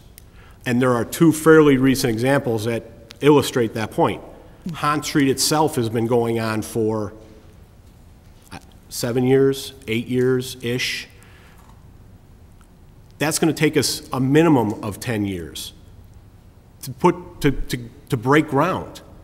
Then we still have to recover the costs. That's going to take longer. Look at Addison Street. We agreed upon, a past council agreed upon that development 6 years ago, 5, 6 years ago. We haven't broken ground there. So we got to break ground, we got to build Addison, the development, and we got to recover TIF costs. That's not going to happen in 9 years. So for that reason, I don't necessarily agree that we can get something done on Hahn Street in 9 years. Finally, Hahn Street and TIF, as long as it has been, if the map as proposed holds, is troubling to me, assuming it stays in the whole 23 years. I've expressed that concern to several council members. I've expressed that concern to staff. But I'm not willing to move them out because I do have the confidence that if in 5 years, 8 years, 6 years, the property is developed, we have our costs back, we can release it. Or we can release other parcels in TIF 4 that are equivalent to Hahn Street. We have lots of different tools that we have that we can use by properly managing the TIF based on numbers and expectations that we can. I'm not prepared to say absolutely no tonight, take it out of the map. If I didn't have the confidence, I might, but I do have the confidence. I'm gonna take the leap of faith and say, whether it's this council or next councils or a council 10 years down the road, we'll take those steps if it's right, because our history says we have. Thank you. Thank you, Alderman. The only thing I would like to add as a point of discussion is that keeping these properties south of North Avenue would basically give us, the ability to build the highest and best use for Hahn, guaranteed. And then, as Alderman Healy mentioned, future councils would like to do early releases. Those are all options that are viable. We've proven that. Previous councils have proven that we've done early releases in our tenure here because it's important. We are passionate for all taxing bodies, and especially I think many of the aldermen up here that have their kids, most of which have kids in public schools. So this is important. But at the end of the day, the TIF tool is meant for redevelopment, and Hahn is a redevelopment that's in need, and we want to give not only this council but future councils the ability to have that parcel in highest and best use. So just want to make that as a point of clarification. Alderman Pezza.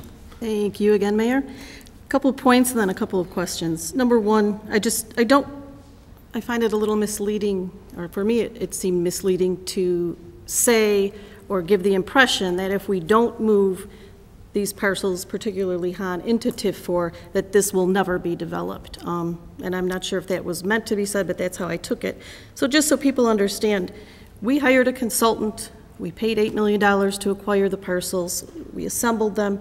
We are going to be marketing them. We've heard people are interested in these parcels. So it's not like it's not going to be developed if it's not moved. It will be developed. The most that will have been spent is probably 8 to 10 million, and not whatever more could possibly be doled out if it were moved. So I want to just make that point clear. Second point I'd like to make clear is this isn't the 11th hour. This is the hour, or the 2 or 3 hours, whatever it takes to debate this.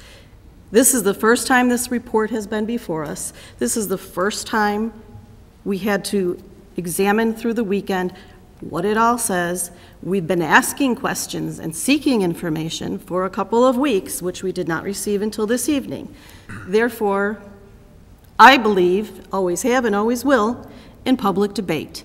I don't talk behind closed doors. I get my questions answered, of course, but when I have more questions or something for $89 million in expenditure is before me, you better believe I'm going to be talking about it up here. No question about that. So, mentioning the $89 million, one of the residents, Tamara Brenner, asked something that triggered in my mind that I would like more information. I'm wondering if, since our consultant is here, if we would be able to ask, or if I would be able to ask that question of them regarding the point made, how much, if you separate the EAV, inflation, not inflation, if we could get that question answered, would that be possible to have the consultant answer that for us? Sure.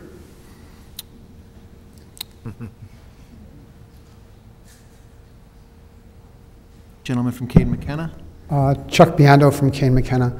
I understand the question. It was asked of me earlier tonight, and I'm sorry I'm going to have to give you the same answer. I don't have those numbers in front of me tonight that I can provide that. What I can tell you is that our assumptions in putting those numbers together included inflation of all the properties, including properties that would be redeveloped, and I believe 4% at the higher level, the 150 final EAV. As well as development proposals or projects that were discussed with staff for the various blocks as you move from Grand Avenue down to North Avenue and now including Hahn Street. So basically it's a combination of those two. The alternative, well, and one other point about that, the only reason it's in the report is because it's required by state statute. It doesn't bind you or it doesn't have any reflection on other than trying to give you a realistic estimate of what that final EAV will amount to. With regard to the inflation, however, as Alderperson Morley indicated earlier, without the TIF, and I recognize you're not saying this, but without the TIF, we don't know what the inflationary increase or perhaps decrease will be as you proceed from now through the next 23 or 30 years. So I'm sorry, the bottom line is I can't give that to you tonight. If it's of an urgent nature, I mean, we could try and get something to you by the end of this week, but that's not going to help you tonight. Yeah, one point of clarification. I know Alderman Morley mentioned currently the North York area is, if nothing were to be done, is growing at a historical rate of 0.0183. Was that all right, Mr. Chairman? Last 10 years was 0.18%. So less than 0.2%. Less than 0.2%. So that would be the inflation rate that you're asking for. Am I interpreting that right, Alderman Pezza? No, I think what she was asking for is, assuming we used 4%, and I believe we did, she wants to know what the amount of the 4% inflation would be as opposed to the total inflationary increase. I believe that's the question. May I ask one more since he's up here? Sure. Just, I guess this may even be a legal part of the question. When you create the ordinance and it shows the $89 million number to go toward the redevelopment cost, is that number, and I asked our city attorney earlier and he was not sure, he said to ask you, is that number in stone? Can that number be changed? If so, how can it be changed? Okay, the purpose of the budget is to set a reasonable estimate of what's going to happen there in 23 years. The statute provides two alternatives for that budget to grow in the event that your goals and objectives should grow more aggressively than we've projected. Excuse me, and those two options are a 5% increase as well as annual CPI. So that amount could grow. To the extent, however, that you choose a lower number, you choose $30 million or $50 million or whatever the case may be, To the extent that you then choose to increase that number at some point in the future, you have to start this whole process all over again. It's considered a substantial or a major amendment, which requires all the same hearings, all the same JRB meetings, et cetera. So our recommendation is always, and I think our reputation will prove this out, to be as conservative as you can and increase the amount of estimated costs, while at the same time being as conservative as you can and decrease the amount of estimated EAV or that's going to be generated. It's not the same as when you deal with an annual budget, which you do every year, and I did for 34 years. It's not saying that we're going to have, you know, $22 million worth of expenditures and only $15 worth of revenues. 15 million, sorry. Either way, I mean, it's just not, you're not in the same, it's apples and oranges. It's two different situations. And simply because, I'm sorry, one last thing. And simply because you have the budget in the document, you still have to approve it each and every year when you produce your annual budget. So you really can't spend that money unless it's part of your annual budget that you review whenever you review it. Okay, thank you. Very good. Thank you. Thank you. All right. Any other questions before I ask to call the roll on this particular amendment? Alderman Braham, do you have anything new to add? Yes, thank you, Mr. Mayor. The biggest thing about the South properties is really the Hahn parcels, and I think everybody who has spoken for Alderman Gutenkopf's amendment has spoken to that. I agree with Alderman Healy's comments that there are different types of things that we can do to release the properties, et cetera, if we were to include these properties within the TIF. But the ironic thing that I find in this discussion is nobody provided any justification or rationale on why any of the properties on the east side of York Road, south of North Avenue, have been proposed to be included in this map size for this new TIF. We actually had one of the attorneys of one of the businesses, Hamburger Heaven, come to one of our council meetings to speak against it. I don't agree with the assumption that the Hahn Street properties are going to take over 9 years to not only develop, but us to return revenue, and that's a difference of opinion, and I respect any alderman who believes otherwise. But nobody has provided justification on why even to go on the east side of York Road, south of North Avenue, especially when a business owner does not want to see that happen and has spent the time to come here and speak to us and plead their case in that regard. I don't see anything on the table in regards to a project for those two properties, and if so, why can't we do those two properties within the current TIF compared to moving them to the new proposed TIF? Again, the last thing to summarize is that the south side, south of North Avenue, should be left in the TIF that it's at, no matter what tools we have to release those properties or do otherwise, and we should move forward with the north of North Avenue TIF 4. Alrighty. Alderman.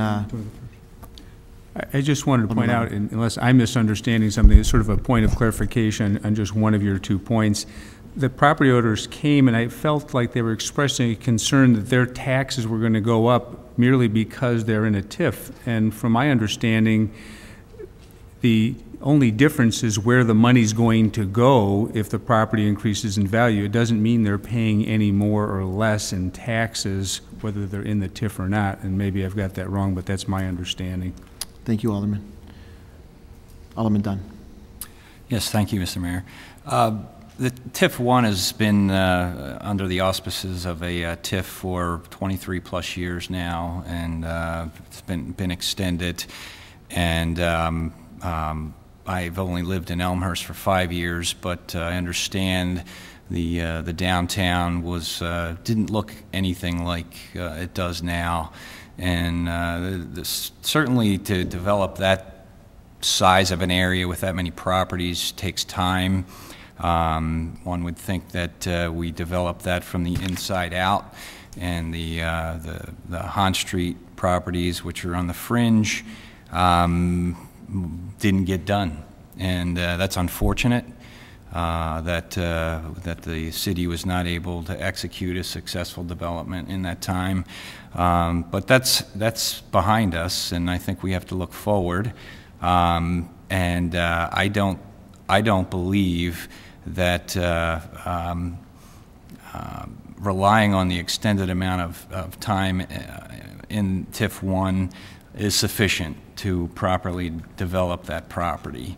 It's a marquee property potential, and if we're going to do the best we can with that property, I think we need to roll that over into the proposed TIF. So I will not support the motion to amend. Thanks. Thank you, Alderman Pezza. Would a follow-up, anything new to add, or? If I may, in hopes of clarifying for Alderman Levin, I actually received a phone call from the attorney from Hamburger Heaven because he saw my name on the referral. And it was my interpretation that their concern is nothing to do with their tax bill. Their concern is that why does the city, they're already in a TIF. They've been in a TIF for 23 plus years. Why now does the city want to put them in a TIF for another 23 plus years? And the fear is, what's the city's plan for my business? Does the city want to get rid of me? Is the city going to try and push me away? That's the concern, and rightfully so. That's a landmark. It's been in this community. People come from everywhere to patronize that business, and they fear being pushed away. Thank you, Alderman. Any other questions or discussion before I ask Clerk Spencer to call the roll? Hearing none, I ask Clerk Spencer to call the roll, please. Gutenkopf. Aye. Pezza. Aye. Leader. Nay. Dunn. No. Graham. Aye. Polumsky. No. York. No. Kipskin. No. Healy. No. Levin. No. Kennedy, absent. Morley. No. Wagner. No. Mulliner. No. That's 3 ayes, 10 nays, and 1 absent. 3 ayes, 10 nays, 1 absent. The motion to amend fails. We go to the underlying motion. Any other discussion? Alderman Morley. Mr. Chairman. Thank you, Mr. Chair. I'm very encouraged by one fact that I think we all can agree upon tonight, is that every single person on this dais supports the creation of a TIF, and I think that's fantastic. I would say that we're very close. We're approximately 3.87% incomplete agreement. I appreciate the alderman who did not want the inclusion of the properties.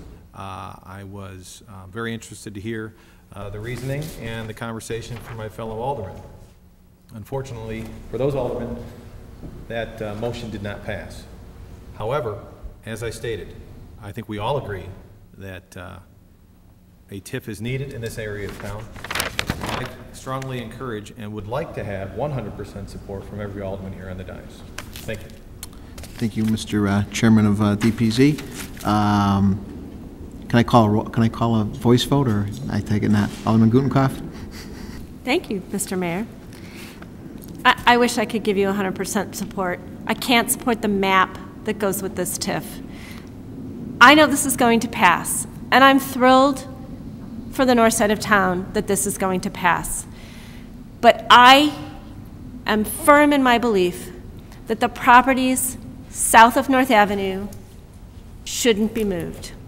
And I've talked about why. I really don't need to reiterate this again. Thought about postponing this. You know, I have the right to send this off to give everybody plenty of time to look at these figures, because we wouldn't want anybody to feel like they haven't had enough time to look at the numbers.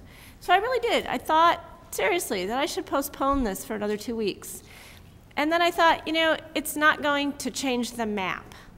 If I do that, all that's going to do is give everybody an opportunity to say that they had time to digest some figures and to really understand where they came from.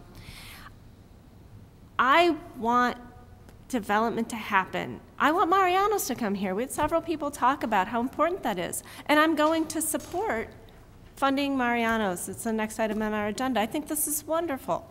But I can't support the property south of North Avenue being included in this, and I cannot support this committee report as written. Thank you. Thank you, Alderman. Alderman Pezza? Thank you, Mayor. You know, I just feel like right now I'm between a rock and a hard place because I really put my heart and soul into writing that referral with Alderman Bram because I feel strongly, living here as long as I have, attending high school here prior to that, what the resident said, it could be no further from the truth. The north end of town has always been looked at a bit differently, and I don't think that's fair, and it deserves the attention. I think it's ripe for development, and so now do I punish the north side of town by potentially voting no, even though I'm sure it would get passed, or you know, do I swallow it all and just say, even though I think it's so wrong that these parcels south of North Avenue were placed in here and vote against it. That's what I have to decide right now. And you know, at the end of the day, every single day I have to look in the mirror and get ready to leave the house. And the older I get, the longer that takes. The longer I have to look in the mirror. And you know, so the question is, do I look in the mirror and say, gosh, I really stuck it to with my vote the north end of town, and now that was the wrong decision? Or do I lean on the fact that I think it's absolutely wrong? And it basically, to use the words someone else used, corrupted the process by putting that in there. So those are my options, unfortunately. And because I believe firmly that the north end of town needs help, I can't punish the north end of town because I think a very bad decision was made to gerrymander the map and stick those parcels in there, but I think it's unfortunate. I understand, Alderman. Alderman Brown. Thank you, Mr. Mayor. I as well, along with Alderman Pezza, have the same decision to make. I not only was one of the two who, along with Alderman Pezza, who recommended the new TIF for the north side, but I am strongly against and see no reason, and I'll even go as far as to say as I'm appalled to see any property south of North Avenue to be included in this proposal of a North York TIF. I think that the benefit would be and should be for north of North Avenue because those are the properties that need it the most, and 36 years or 20 plus 27 years of south of North Avenue is long enough. No matter if we see the highest and best use on Han or not, that is the fault of the economy. You can blame it on that. You can blame it on current and past city councils, myself included. Whatever the rationale is, it's been long enough, and there's no reason to include it in the North York or TIF 4 proposal whatsoever. With that said, the decision is to, at least for myself, is to move forward with this and to support the original recommendation by the committee, because I do believe that this is an opportunity that we need to capitalize on, and we need to generate the additional, not only EAV, but additional sales tax. And as North York, the north side of Elmhurst, as people say, has done in decades past of providing a substantial sales tax for the city of Elmhurst, it needs to come back to where it was decades ago, or a few years ago even, and do the same again. So I agree with the current recommendation, even though I don't agree with the map, but I just wanted to clarify that. I'm all for the TIF. It is partly my proposal, but I am really disappointed in the map layout. Thank you. Thank you, Alderman. Alderman Levin. Well, before I make my motion, I will say, Alderman Pez, I'm here to help. I don't want you to throw out the baby with the bathwater, because in this case, You made a referral that can do great things for the north side.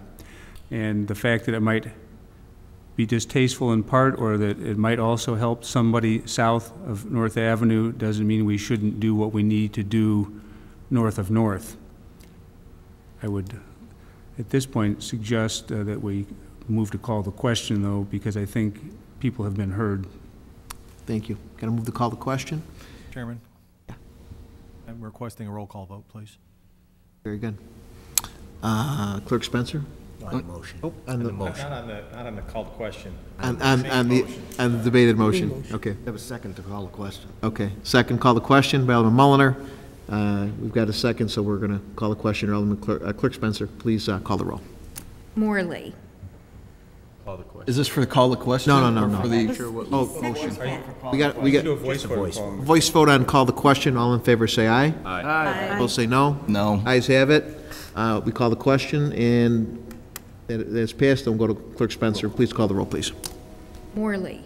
For the Committee report. For the committee report. aye. Polumsky. Aye. York. Aye. Hipskin. Aye. Healy. Aye. Levin. Aye. Kennedy absent. Wagner. Aye. Mulliner. Aye. Pezza. Aye. Gutenkopf. No. Leader. Aye. Dunn. Aye. Graham. Aye.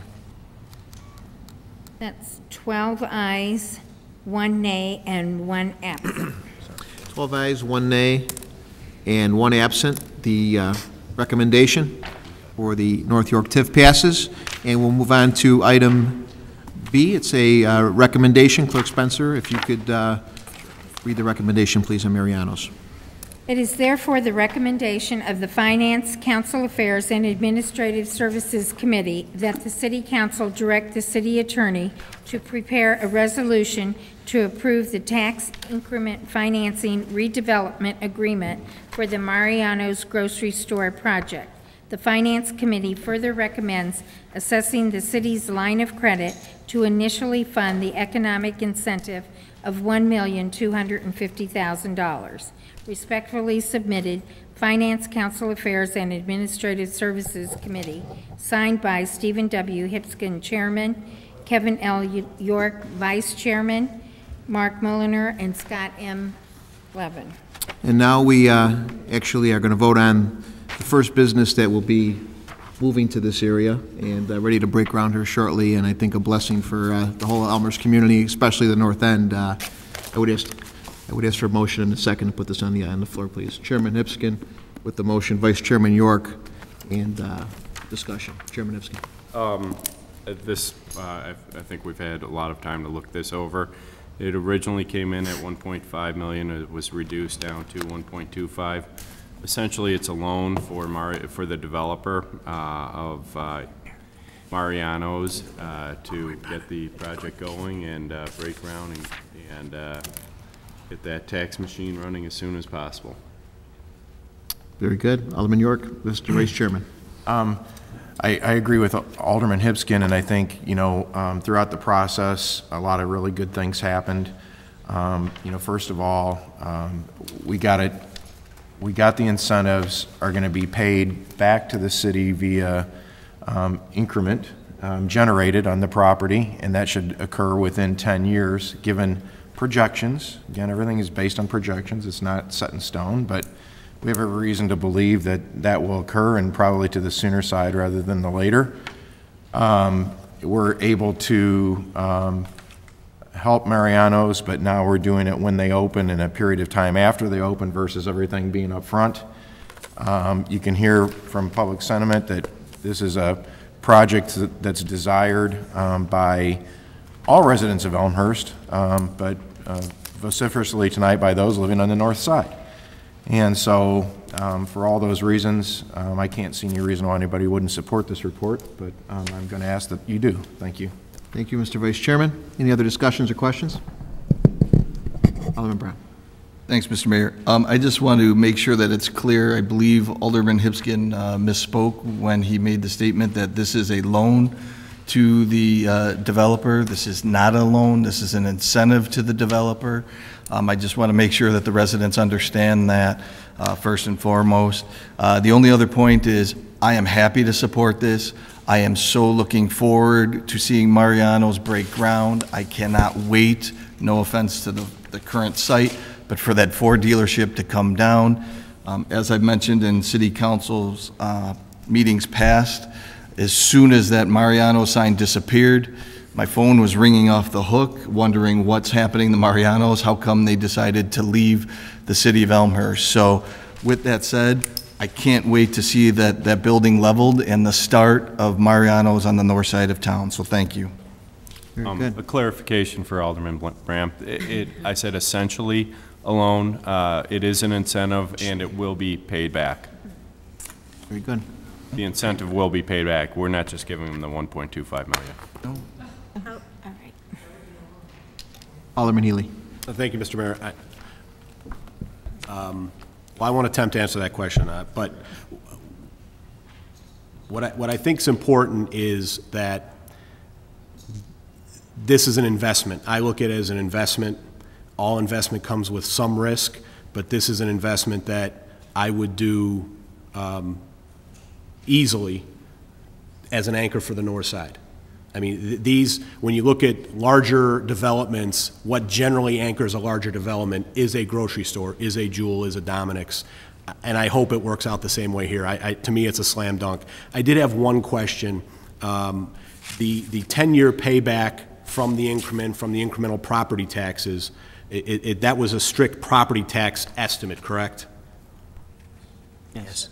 So in effect, the ROI for this $1.25 million investment is probably going to be sooner than the 10 years because we didn't attempt to try to calculate incremental sales tax revenue. Is that correct? Correct. Yeah, So, that's correct. So, I understand that there's a pool of sales tax money that's inside of Elmhurst already, whether it's being spent at Dominic's or Jewel or wherever. But to the extent that people come that aren't spending those dollars in Elmhurst now, spend them in Elmhurst once Mariano's is here, that is incremental sales tax revenue. Is that correct? Correct. And we have not tried to calculate that in the ROI. So 10 years is based on an estimate of property tax only. Sales tax revenue, incremental sales tax revenue that's generated, in effect becomes gravy and reduces the ROI. Is that correct? Yeah, essentially, when you say reduces the ROI, we'll never really know that exact figure. I know that's why we didn't take it but into account. But right. we can Yeah. more or less estimate it something less than $10, 10 years. Absolutely. If you combine both, yes. We combine both, which I know we can't do, and it's a very inexact science. So, okay, that's even better for me. Thank you. Very good. Alderman Mulliner. Great questions. Thank you. Just a couple of comments about this. I wholeheartedly support this. A couple of things that I just want to state. Number one is, when we're talking about sales tax, there's no tax increment on sales tax. It's only allowed in TIF 1. It's not allowed any place further than that. The state law changed on that. The difference, what Alderman Healy is speaking of, is the additional income that's going to be coming in for sales tax from outside of Elmhurst, I'm assuming, because we really don't have an increment on the sales tax. Okay, I want to make that clear. The other thing is that I think that this is probably one of the best, I've been doing this for quite a while, and this is one of the better agreements that I've seen. I mean, we've done some very good ones, but this is one of the better ones. The developer themselves, they do not receive any money until the store has been open for 2 days, and or first installment, they have to be open to the general public for at least 1 day, and then 180 days after that. And the fact that they cannot challenge their property taxes for the period of the increment, which are huge statements, because most of the ones that we've done in the past, especially the real estate challenge, a lot of companies say that they won't do it with that. So we really have some real good teeth in this, and we should get this money back in a fairly timely fashion. And yes, this is more, in my mind, an investment than a loan. I mean, we get the money back, but it's an investment to get something going up there, and it's a great move for that north end of town. Very good. Any other questions or discussion? Alderman Pezza. Thank you, Mayor. I just want to make a few points based on some comments and questions I've received regarding this. And one of, I think, the misconceptions is that we are giving this money to Mariano's. We are actually giving this incentive to the developer, the builder. This is a bricks and mortar type incentive. So people say, well, what if the store fails after 5 years and the store's gone? Well, that building will still be there. It will be a largely, greatly improved, beautiful, wonderful building that will still be there. So we will still, whether it's vacant or full, the owner of that building still has to pay his property taxes. So we will still receive the revenue from that structure. So I think that's a huge plus. And I just thought it was, other than having everybody say how excited they are to have this new grocery store, I thought it was interesting. I was visiting, I won't say the name, another grocery store in the Villa Park area that's kind of similar, and I was standing in line and a woman asked if this store was any relation or part of Mariano's, and they said, oh no, we're totally separate. She was going on and on about how great Mariano's was, and I said to her, oh, well, did you know we might be getting one in Elmhurst? Where do you live? And she said, oh, I live in Burr Ridge, but I plan on shopping at the Elmhurst Mariano's. So I think that's pretty telling. People I've heard from Wooddale, Itasca, all over the place are saying they're excited about Elmhurst Mariano's and they plan on shopping here. So thank you. Very good, very good. Any other questions, discussion? I think we can do this by voice vote. This is a pretty easy one. All in favor of the recommendation, say aye. Aye. Aye. Opposed, say no. Mariano's, welcome.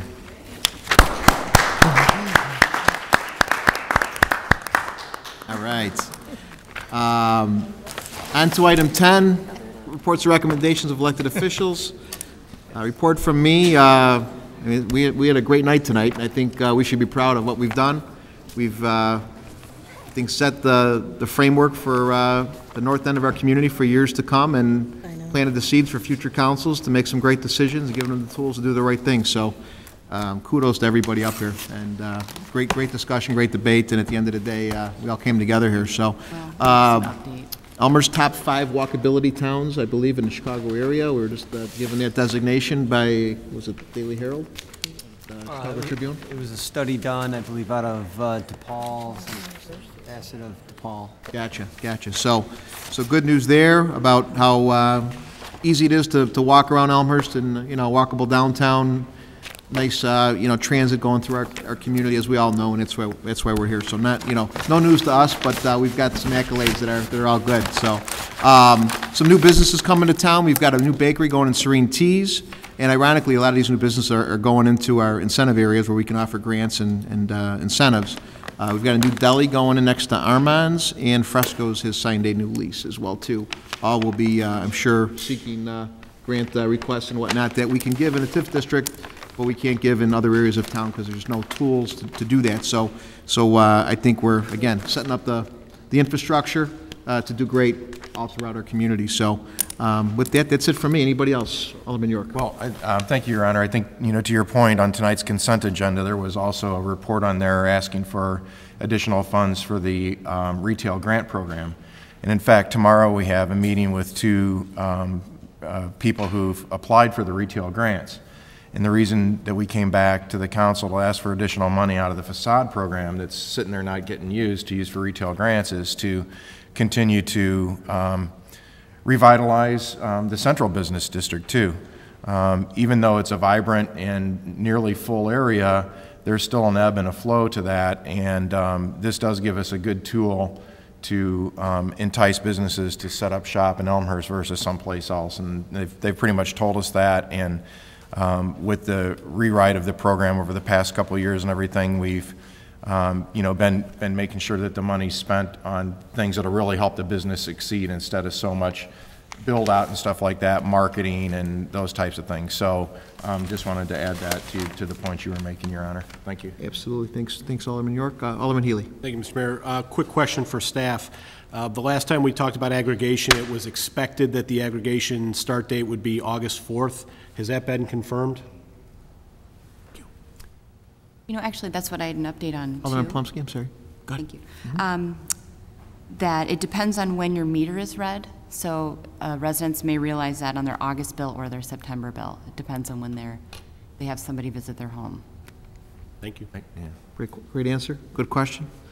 Anybody else? Alderman Pezza. Quick question for staff also. Just curious when we may see something from Tracy Cross as far as that meeting with the public for public input. Do we have a date for that yet? Mike, what's the date on that? September 4th, we're supposed to do a presentation here. Oh, so the next council That'll be meeting? the next city council meeting. Okay, great. Thanks. Great. Very good. Not only want to commend the entire council for what happened tonight, but I also want to commend Alderman Pezza, Alderman Bram for the recommendation, and I think for taking the high road on the final vote on the TIF district. So I think that took a lot of courage, and at the end of the day, you know, we've got almost unanimous vote here. So I think that was great. That's it from me. Other business? Anyone? Hearing none, I'd ask for an adjournment. Alderman Morley with a motion, second by Alderman Plumsky. All in favor, say aye. Aye. We are adjourned. Alderman, can we adjourn?